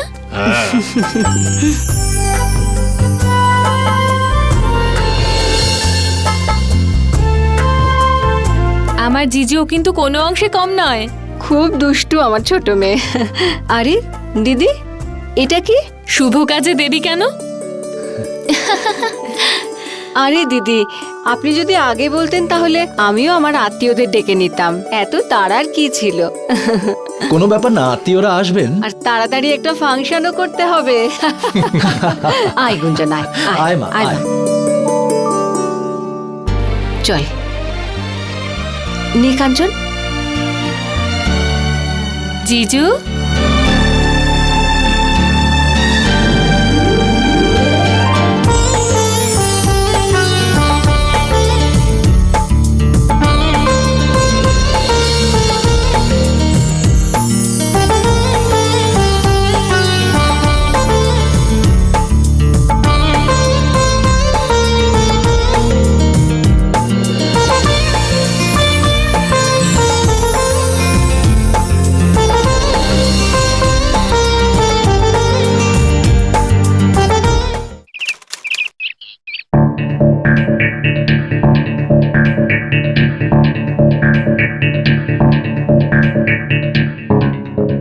চৌধুরী স্যার। ভোলু আর মুন্নার ব্যাপারে তুমি কি আর কোনো নতুন ক্লু পেলে? না স্যার, এমনিতেও আসলামের পিছনে আমি আমার খোঁচড় লাগিয়ে রেখেছি, কিন্তু এখনো কোনো সূত্র পাইনি যাতে আমরা ওকে সন্দেহ করতে পারি। তোমার কি মনে হয় প্রথমে ভোলু, তারপরে মুন্নার মৃত্যু? এসব তো হঠাৎ করে হতে পারে না। আমার তো মনে হয় এর পেছনে কোনো না কোনো কারণ নিশ্চয়ই আছে। হতে পারে স্যার। স্যার, আমার কিছু মনে পড়ছে। 2 মাস আগে যখন আমি হাবিবগঞ্জ থানায় ছিলাম তখন ওখানে একটা লোক রিপোর্ট লেখাতে এসেছিল, আর উনি এই দুজনের নাম নিচ্ছিলেন। কোন ব্যাপারে রিপোর্ট লেখাতে এসেছিলেন উনি? স্যার, আমাকে একটা দরকারি কাজে বেরোতে হয়েছিল, তাই এই ব্যাপারে আমি কিছু জানি না। চৌধুরী স্যার। হাবিবগঞ্জ থানায় ফোন করে সেই লোকটার ব্যাপারে খোঁজ নাও যে কমপ্লেন লেখাতে এসেছিল। স্যার।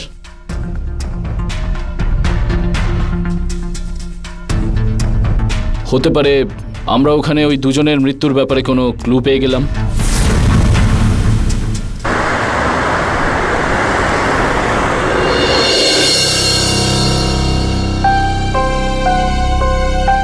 হ্যাঁ ইন্সপেক্টর। আচ্ছা,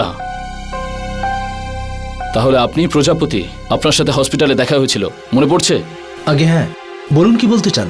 আপনি কি 2 মাস আগে হাবিবগঞ্জ থানায় কোনো কমপ্লেন্ট লেখাতে গেছিলেন? আগে হ্যাঁ গেছিলাম। আমরা কি জানতে পারি কি ব্যাপারে?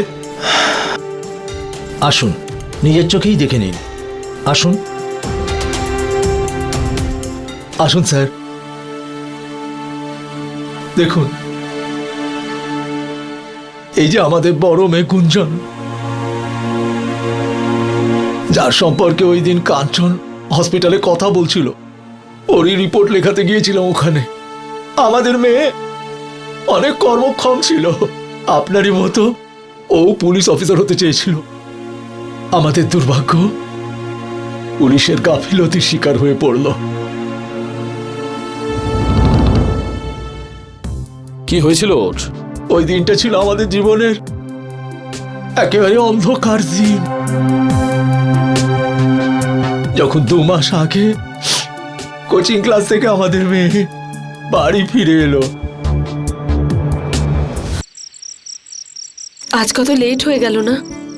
আরে না, ঠিক আছে রাকেশ, এবার তুমি যাও, আমি এদিক দিয়ে চলে যাব। সোজা রাস্তায় যাবে, ঠিক আছে? শর্টকাট নেবে না কিন্তু, গলিগুলো অন্ধকার হয়ে থাকে। রাকেশ, অন্ধকারকে যদি ভয় পাই তাহলে পুলিশ অফিসার হব কি করে? তোমাকে আমি যেটা বলছি সেটা বোঝার চেষ্টা করো গুঞ্জন। আর কালকে তুমি পুলিশ অফিসার হয়ে গেল, আমি এই একই কথা বলবো আজকে যেটা বলছি। এত চিন্তা করো আমার জন্য? এই তোমাদের মেয়েদের প্রবলেম কি বলো তো? চিন্তা করলে অসুবিধে, না করলে তাও অসুবিধে। আচ্ছা ঠিক আছে, এবার তুমি যাও, আমি বাড়ি পৌঁছে কল করছি। চলো ঠিক আছে, বাই। বাই।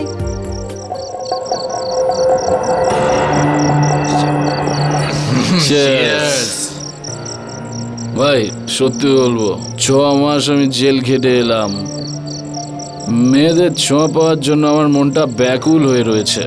স্যার ভাই, আমার তো হয়ে গেছে, এবার আমি তো বাড়ির দিকে এগোই, বুঝলি? আরে কিরকম পুরুষ মানুষ তুই, সামান্য একটু মদ হজম করতে পারিস না? আরে আমাকে দেখ, পুরো বোতলটা শেষ করে দেওয়ার পরও এখনো কিচ্ছু হয়নি। যা যা, যেতে হলে এখনই চলে যা, আমাদের পুরো মুডটাই খারাপ করে দিল। চলে আসে সব ফ্রিতে মদ খেতে, 2 পেগ খেতে না খেতেই ফুল টাইট হয়ে যায়।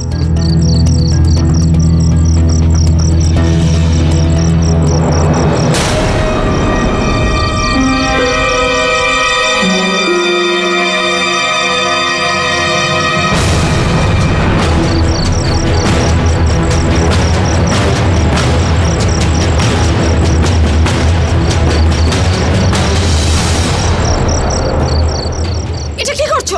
ছাড়ো, ছাড়ো, ছাড়ো, ছাড়ো, ছাড়ো। চল নিয়ে চল এদিকে, চল নিচে ছাড়ো, ছাড়ো। বস চুপ করে।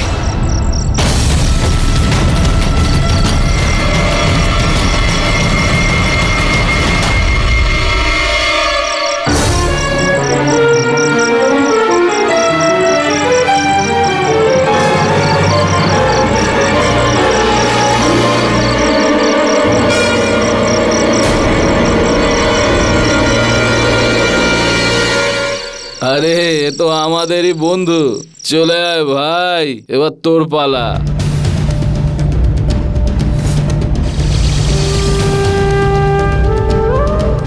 দে মা। চা।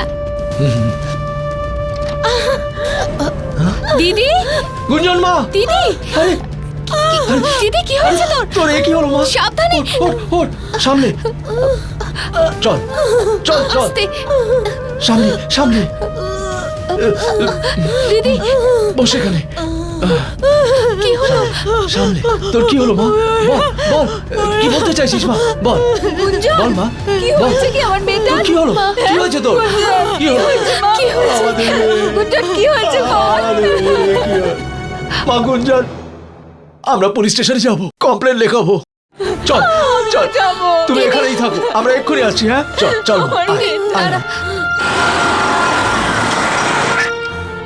ম্যাডাম ম্যাডাম ম্যাডাম, আমরা একটা কমপ্লেন লেখাতে চাই। হ্যাঁ বলুন। কিছু গুন্ডারা আমার মেয়ের সম্মান নিয়ে খেলা করেছে।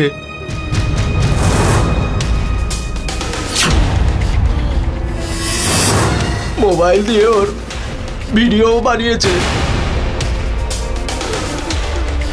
আপনার মেয়ে কি তাদের চেনে? ওদের চেনে না ম্যাডাম, কিন্তু অত্যাচারের সময় ওরা নিজেদের মধ্যে কথা বলছিল, তাই ওদের নাম জানতে পেরেছে। ও কি আমাদের নামগুলো বলতে পারবে? বলেছে ভোলু আর মুন্না। কিন্তু এই ঘটনাটা ঘটেছে কোথায়? কারখানার পাশে ফাঁকা জায়গায়, যখন ও কোচিং ক্লাস থেকে বাড়িতে ফিরছিল। দেখুন, আপনার কমপ্লেন আমরা লিখে নিচ্ছি, কিন্তু এটা নিয়ে কোনো এনকোয়ারি আমরা করতে পারবো না।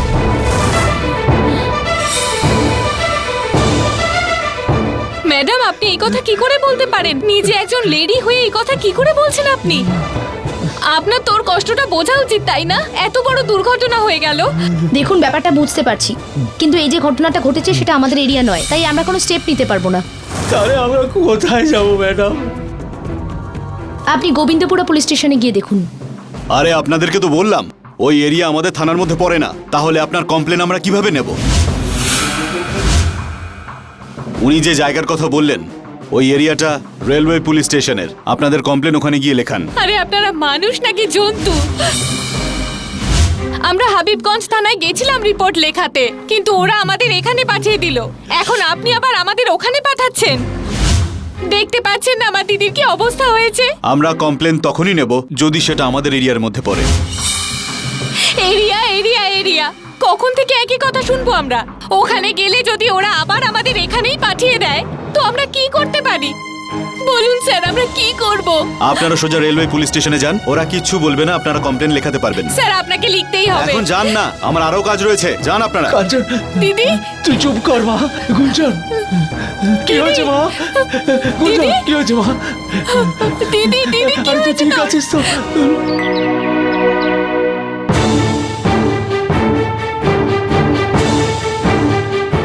আরে বাবা রাকেশ, এসো এসো বসো। কি বসবো আঙ্কেল? এটুকু ব্যাপার নিয়ে চারদিকে হইচই ফেলে দিয়েছেন। কি বলছো তুমি? যেটা হয়েছে সেই সব আমি জানি, কিন্তু এই ব্যাপারটা নিয়ে সবাইকে বলার কি প্রয়োজন ছিল?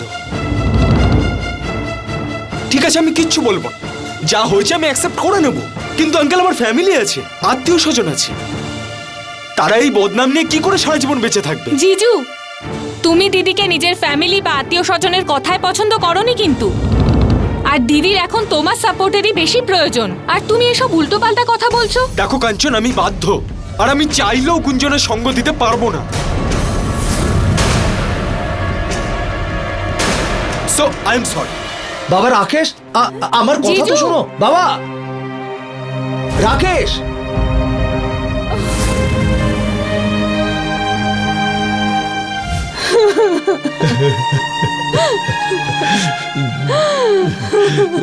ক্ষমা করবেন প্রজাপতি বাবু, ওই পুলিশ অফিসারদের জন্য আপনাদেরকে অনেক কষ্ট ভোগ করতে হয়েছে, কিন্তু আমি আপনাদের কথা দিচ্ছি গুঞ্জনকে ন্যায় পাইয়ে দেওয়ার দায়িত্ব আমার। আর যে পুলিশেরা কমপ্লেন লিখতে অস্বীকার করে আমি নিজেই তাদের বিরুদ্ধে তদন্ত করব। কিন্তু প্রজাপতি বাবু, ভোলু আর মুন্না ছাড়াও আরও একজন লোক ছিল, সে কিরকম দেখতে তার ডিটেল আপনি কিছু বলতে পারবেন? স্যার, ওই ছেলেটার সম্পর্কে তো ভোলু আর মুন্নাই বলতে পারবে, যদি আপনি ওদের কাছে পৌঁছতে পারেন তবে। আমরা ওই দুজনকে খুঁজে তো পেয়েছিলাম, কিন্তু দুজনেই মারা গেছে, আর সে বিষয়ে আমরা তদন্ত করছি। দেখুন ইন্সপেক্টর, এটা তো হবারই ছিল। শেষ পর্যন্ত ভগবান ওই বদমাইশগুলোকে ওদের কর্মফল দিয়েই দিলেন। এই কাজটা কোনো মানুষের। আমি কি গুঞ্জনের সাথে কথা বলতে পারি? না ইন্সপেক্টর, ও বেচারি তো এত আঘাত পেয়েছে যে কারোর সাথে কথা বলতেই পারছে না। আপনাদের জানানোর জন্য বলি যে সুপ্রিম কোর্ট এমন একটা আইনকে সম্মতি জানিয়েছে যার দ্বারা যে কোনো এলাকায় ঘটা ঘটনার রিপোর্ট এখন যে কোনো থানায় লেখানো যায়। আর যদি কোনো পুলিশ কর্মী রিপোর্ট নিতে অস্বীকার করে তবে তার বিরুদ্ধে কড়া আইনি পদক্ষেপ নেওয়া হবে। গুঞ্জনের কেসেও এরকম ভাবেই রিপোর্ট লেখানো যেতে পারত, কিন্তু কে জানে কেন পুলিশ তখন একটা বড় ভুল করেছিল। গুঞ্জনের সঙ্গে মুন্না আর ভলুর মৃত্যুর যোগ রয়েছে, এটা তো পুলিশ পরিষ্কার বুঝতে পেরেছিল, কিন্তু ওরা এটা ভাবতে বাধ্য হয়েছিল যে ভগবান তাদের শাস্তি দিচ্ছে নাকি অন্য কেউ। কিন্তু এখন পুলিশের সামনে সবচেয়ে বড় চ্যালেঞ্জ ওই তৃতীয় ধর্ষণকারীকে খোঁজা, যার ব্যাপারে না তো পুলিশ আর না তো গুঞ্জনের পরিবারের লোকেরা কিছু জানত।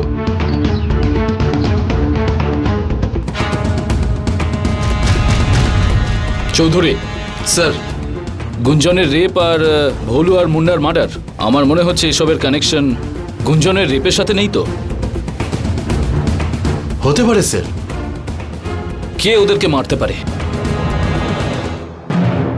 আর প্রজাপতি বাবু বলছিলেন অপরাধীরা ঘটনাটার ভিডিও বানিয়েছিল, তাহলে ওই ভিডিওটা কোথাও না কোথাও তো থাকবে। স্যার, যতদূর আমি জানি ও অনাথ ছিল। স্যার, স্যার মুন্নার ভাই শাহাপুরাই থাকে, আমার মনে হয় একবার আমাদের যাওয়া উচিত। কারেক্ট।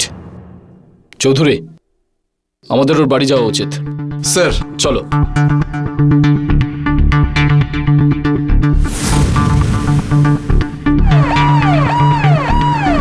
এটা বলো, তোমার ভাইয়ের আর কি কি শখ ছিল? স্যার, ও রাতে জেগে জেগে ও নিজের ল্যাপটপে গেম খেলতো স্যার। কোথায় সে ল্যাপটপ? স্যার, ওই যে টেবিলের উপরে স্যার। চৌধুরী, ওপেন করো স্যার। আর চেক করো।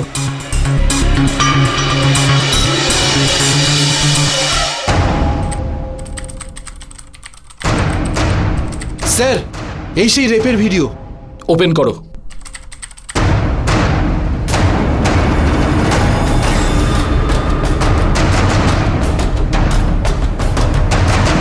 স্টপ।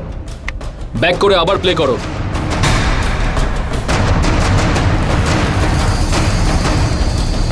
দাঁড়াও। স্যার, এই হলো সেই আসলাম। চৌধুরী, আমার তো সন্দেহ হচ্ছে কোথাও ভোলু আর মুন্না এই ভিডিও দিয়ে আসলামকে ব্ল্যাকমেল করছিল, আর এই জন্যই ও ওদের দুজনকে রাস্তা থেকে সরিয়ে দিয়েছে। হতে পারে স্যার। হতে পারে নয় চৌধুরী, এটাই সত্যি। আর আমাদের খুব তাড়াতাড়ি আসলামকে গ্রেপ্তার করতে হবে। স্যার। সঞ্জয়, এই ল্যাপটপটা আমাদের কাস্টাডিতে নিয়ে নাও।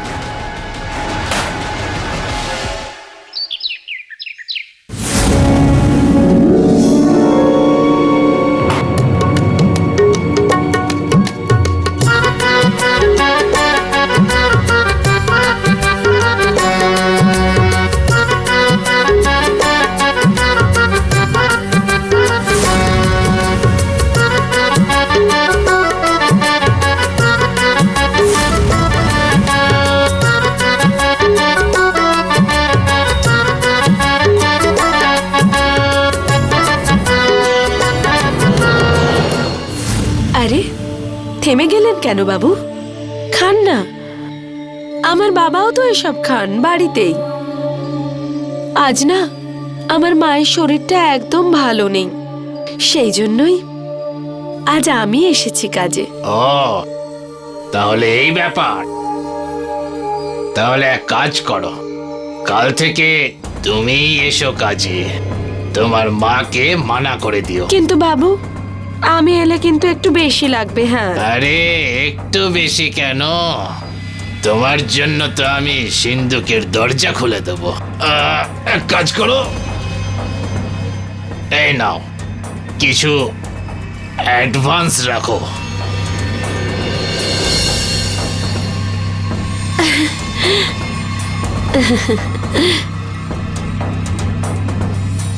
বাবু, আপনি তো খুব ভালো লোক। ভালো তো তুমিও বেশ। আচ্ছা বাবু, বলুন না আমাকে কি কাজ করতে হবে? কাজ? কাজ এক কাজ করো, আজ তো তুমি শুধু আমার গ্লাসই ভরতে থাকো, ব্যাস। আর যেই আমার গ্লাস খালি হবে আবার ভরে দাও, আবার খালি হবে আবার ভরে দেবে। একটা কথা বলো তো, তুমি এই ঘোমটাটা কেন সরাচ্ছ না? আসলে কি বলুন তো বাবু, যতক্ষণ না আমি কাউকে ভালো করে চিনছি জানছি ততক্ষণ আমার খুব লজ্জা করে। আরে কি বলছো তুমি? চেনা পরিচয় হওয়া আর কত বড় ব্যাপার। এই দিন। চলো এক্ষুনি চিনে নিচ্ছি তোমাকে। হ্যাঁ? আরে খান না।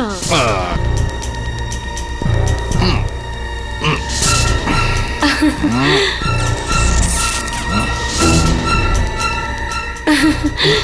গ্লাসে ঢেলে দিই। আরো ভরে দাও।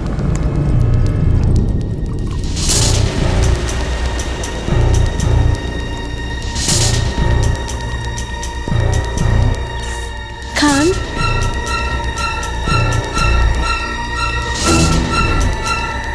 আবার ঢালি।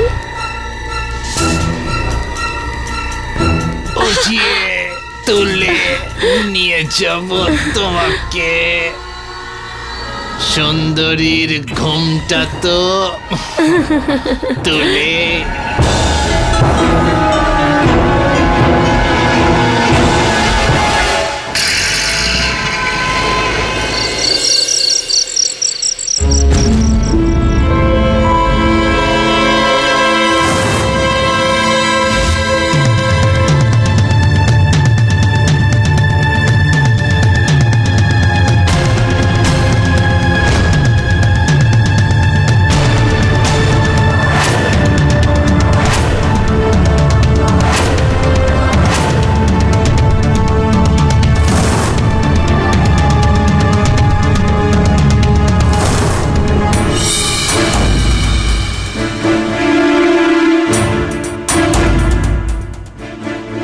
চৌধুরী, স্যার,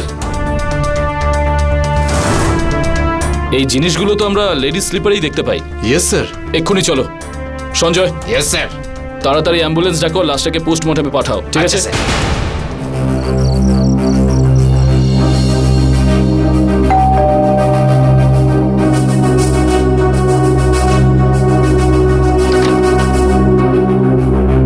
মনে হচ্ছে কাঞ্চন এসে গেল। বলুন স্যার, কি হয়েছে? আপনারা এখানে কেন? মিস্টার প্রজাপতি, আমরা কাঞ্চনের সাথে একটু কথা বলতে চাই। কাঞ্চনের সাথে? কিন্তু কেন? আপনারা কি জানেন আসলাম আজ মারা গেছে? আর আমরা ওখান থেকে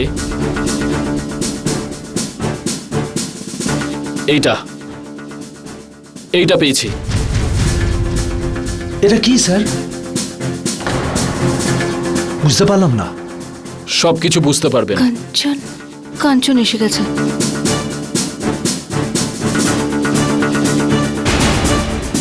কিছু বুঝতে পারছো?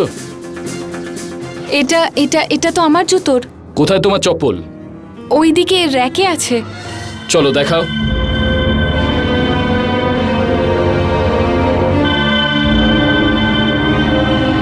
স্যার, এটাই আমার স্যান্ডেল, আর এর পাটটা আপনার কাছে আছে।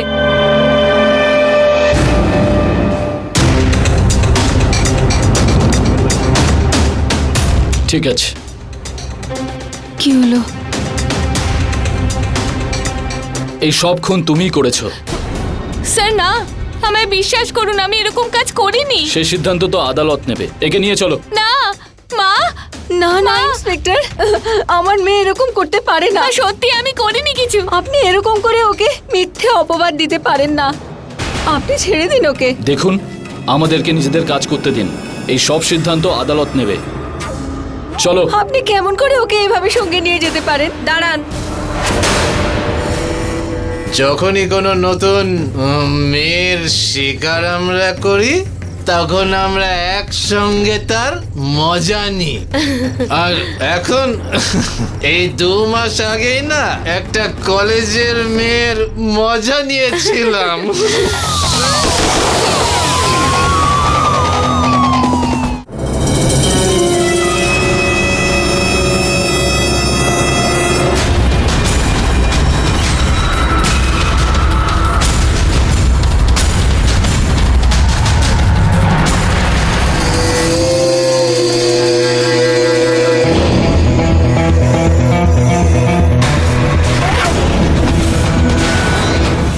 গুঞ্জন, গুঞ্জন,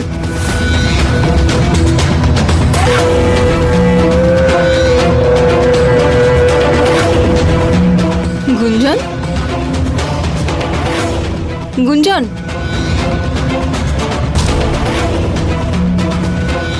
ইন্সপেক্টর স্যার, এই সমস্ত খুন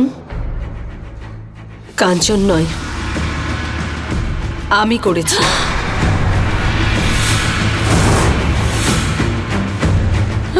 গুঞ্জন, এটা কি বলছিস তুই? হসপিটালের বিছানায় শুয়ে যখন আমি ওই অসভ্যগুলো আর পুলিশের কথা ভাবছিলাম, তখন আমার মন আমাকে আত্মহত্যা করার প্ররোচনা দিচ্ছিল।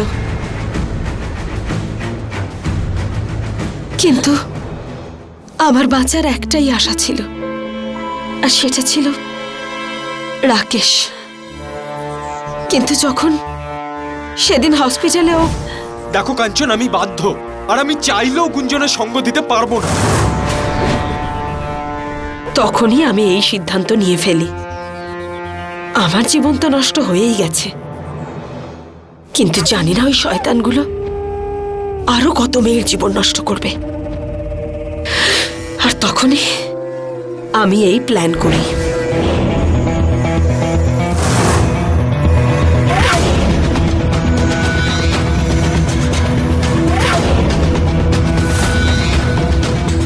আমি ইচ্ছে করে ডক্টর আর আমার পরিবারের মানুষদের কাছে কথা বলতে না পারার আর চলাফেরা করতে না পারার নাটক করি, যাতে আমি আমার প্রতিশোধ নিতে পারি।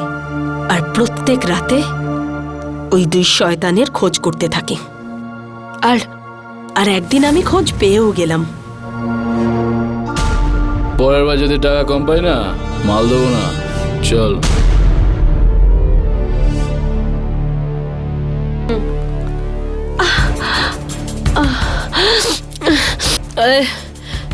আমাকে একটু মাল দে তো ভাই,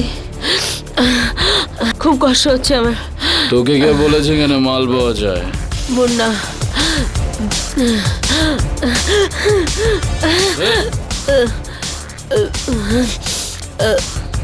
টাকা এনেছিস? আমার কাছে টাকা একটু কম আছে। তুই তো নিজেই একটা মাল। হ্যাঁ,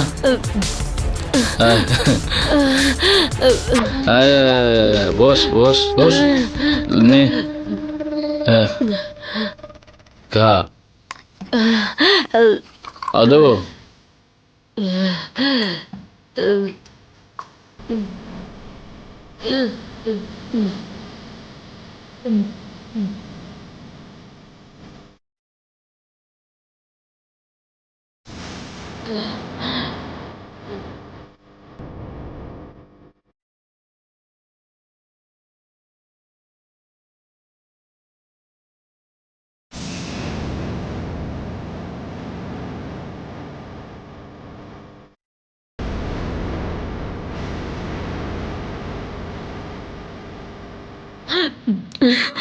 শোন না,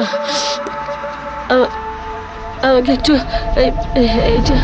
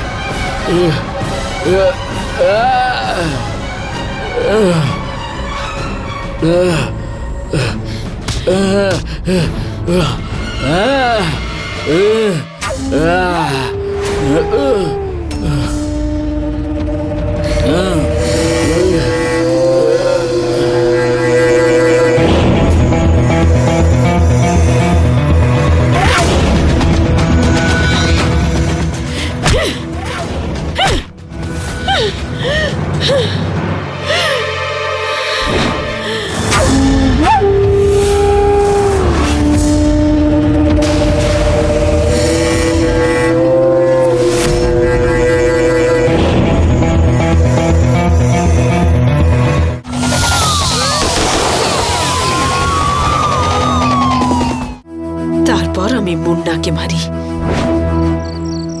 শোনো, আমার না গাড়িটা খারাপ হয়ে গেছে, ওই যে ওইখানে। প্লিজ আমায় হেল্প করো। দেখো ম্যাডাম, এখন আমার খাবার সময়। আরে কিন্তু আমি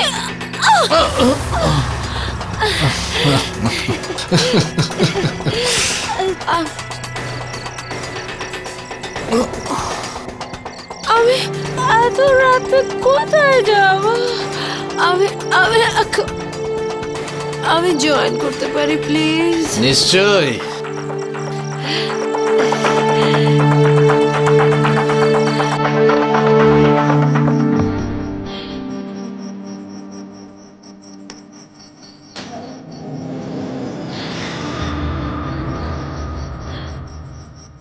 Cheers.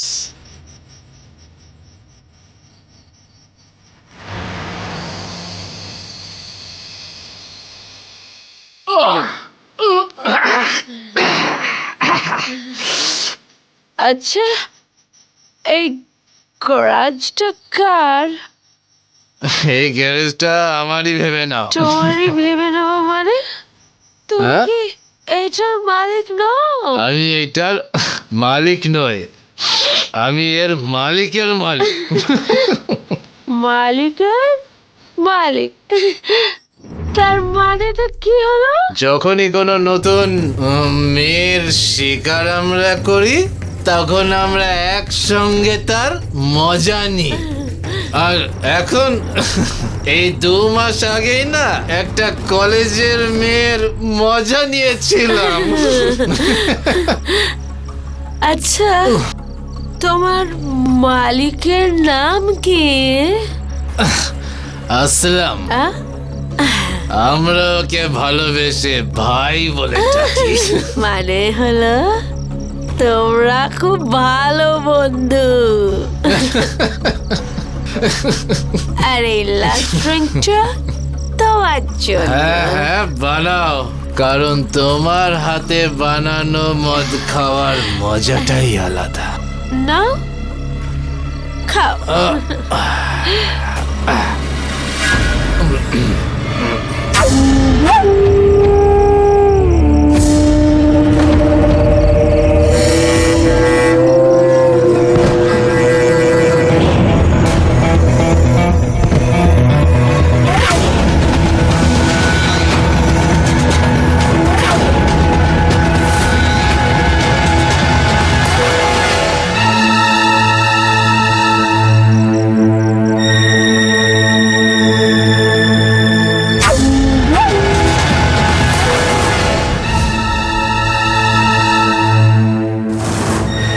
আর ইন্সপেক্টর স্যার, এইভাবেই আসলামকে মারাটাও আমার কাছে খুব কঠিন ব্যাপার ছিল না।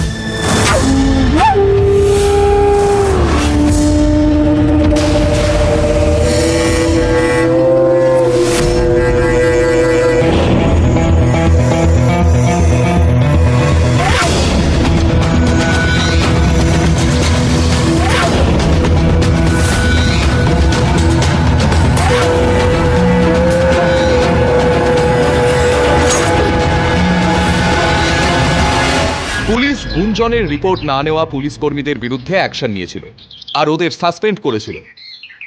এই কেসে হার মেনে নেওয়া গুঞ্জন যা কিছু করেছিল সেগুলো ভুল ছিল।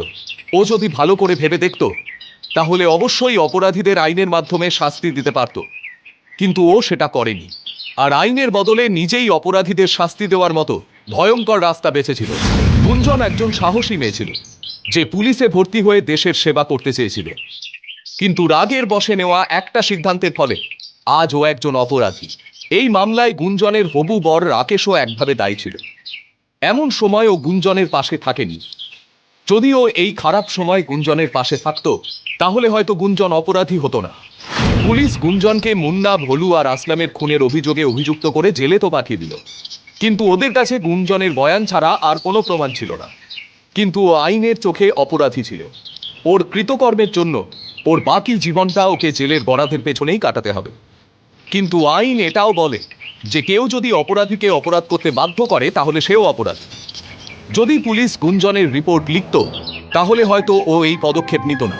গুঞ্জন আইনের চোখে অপরাধী ছিল, কিন্তু নিজের পরিবারের লোকেদের চোখে ও একজন নির্দোষ অপরাধী ছিল। এর সঙ্গেই আমি গিরিশ জৈন ক্রাইম অ্যালার্টের এই এপিসোডে আপনাদের থেকে বিদায় নিচ্ছি।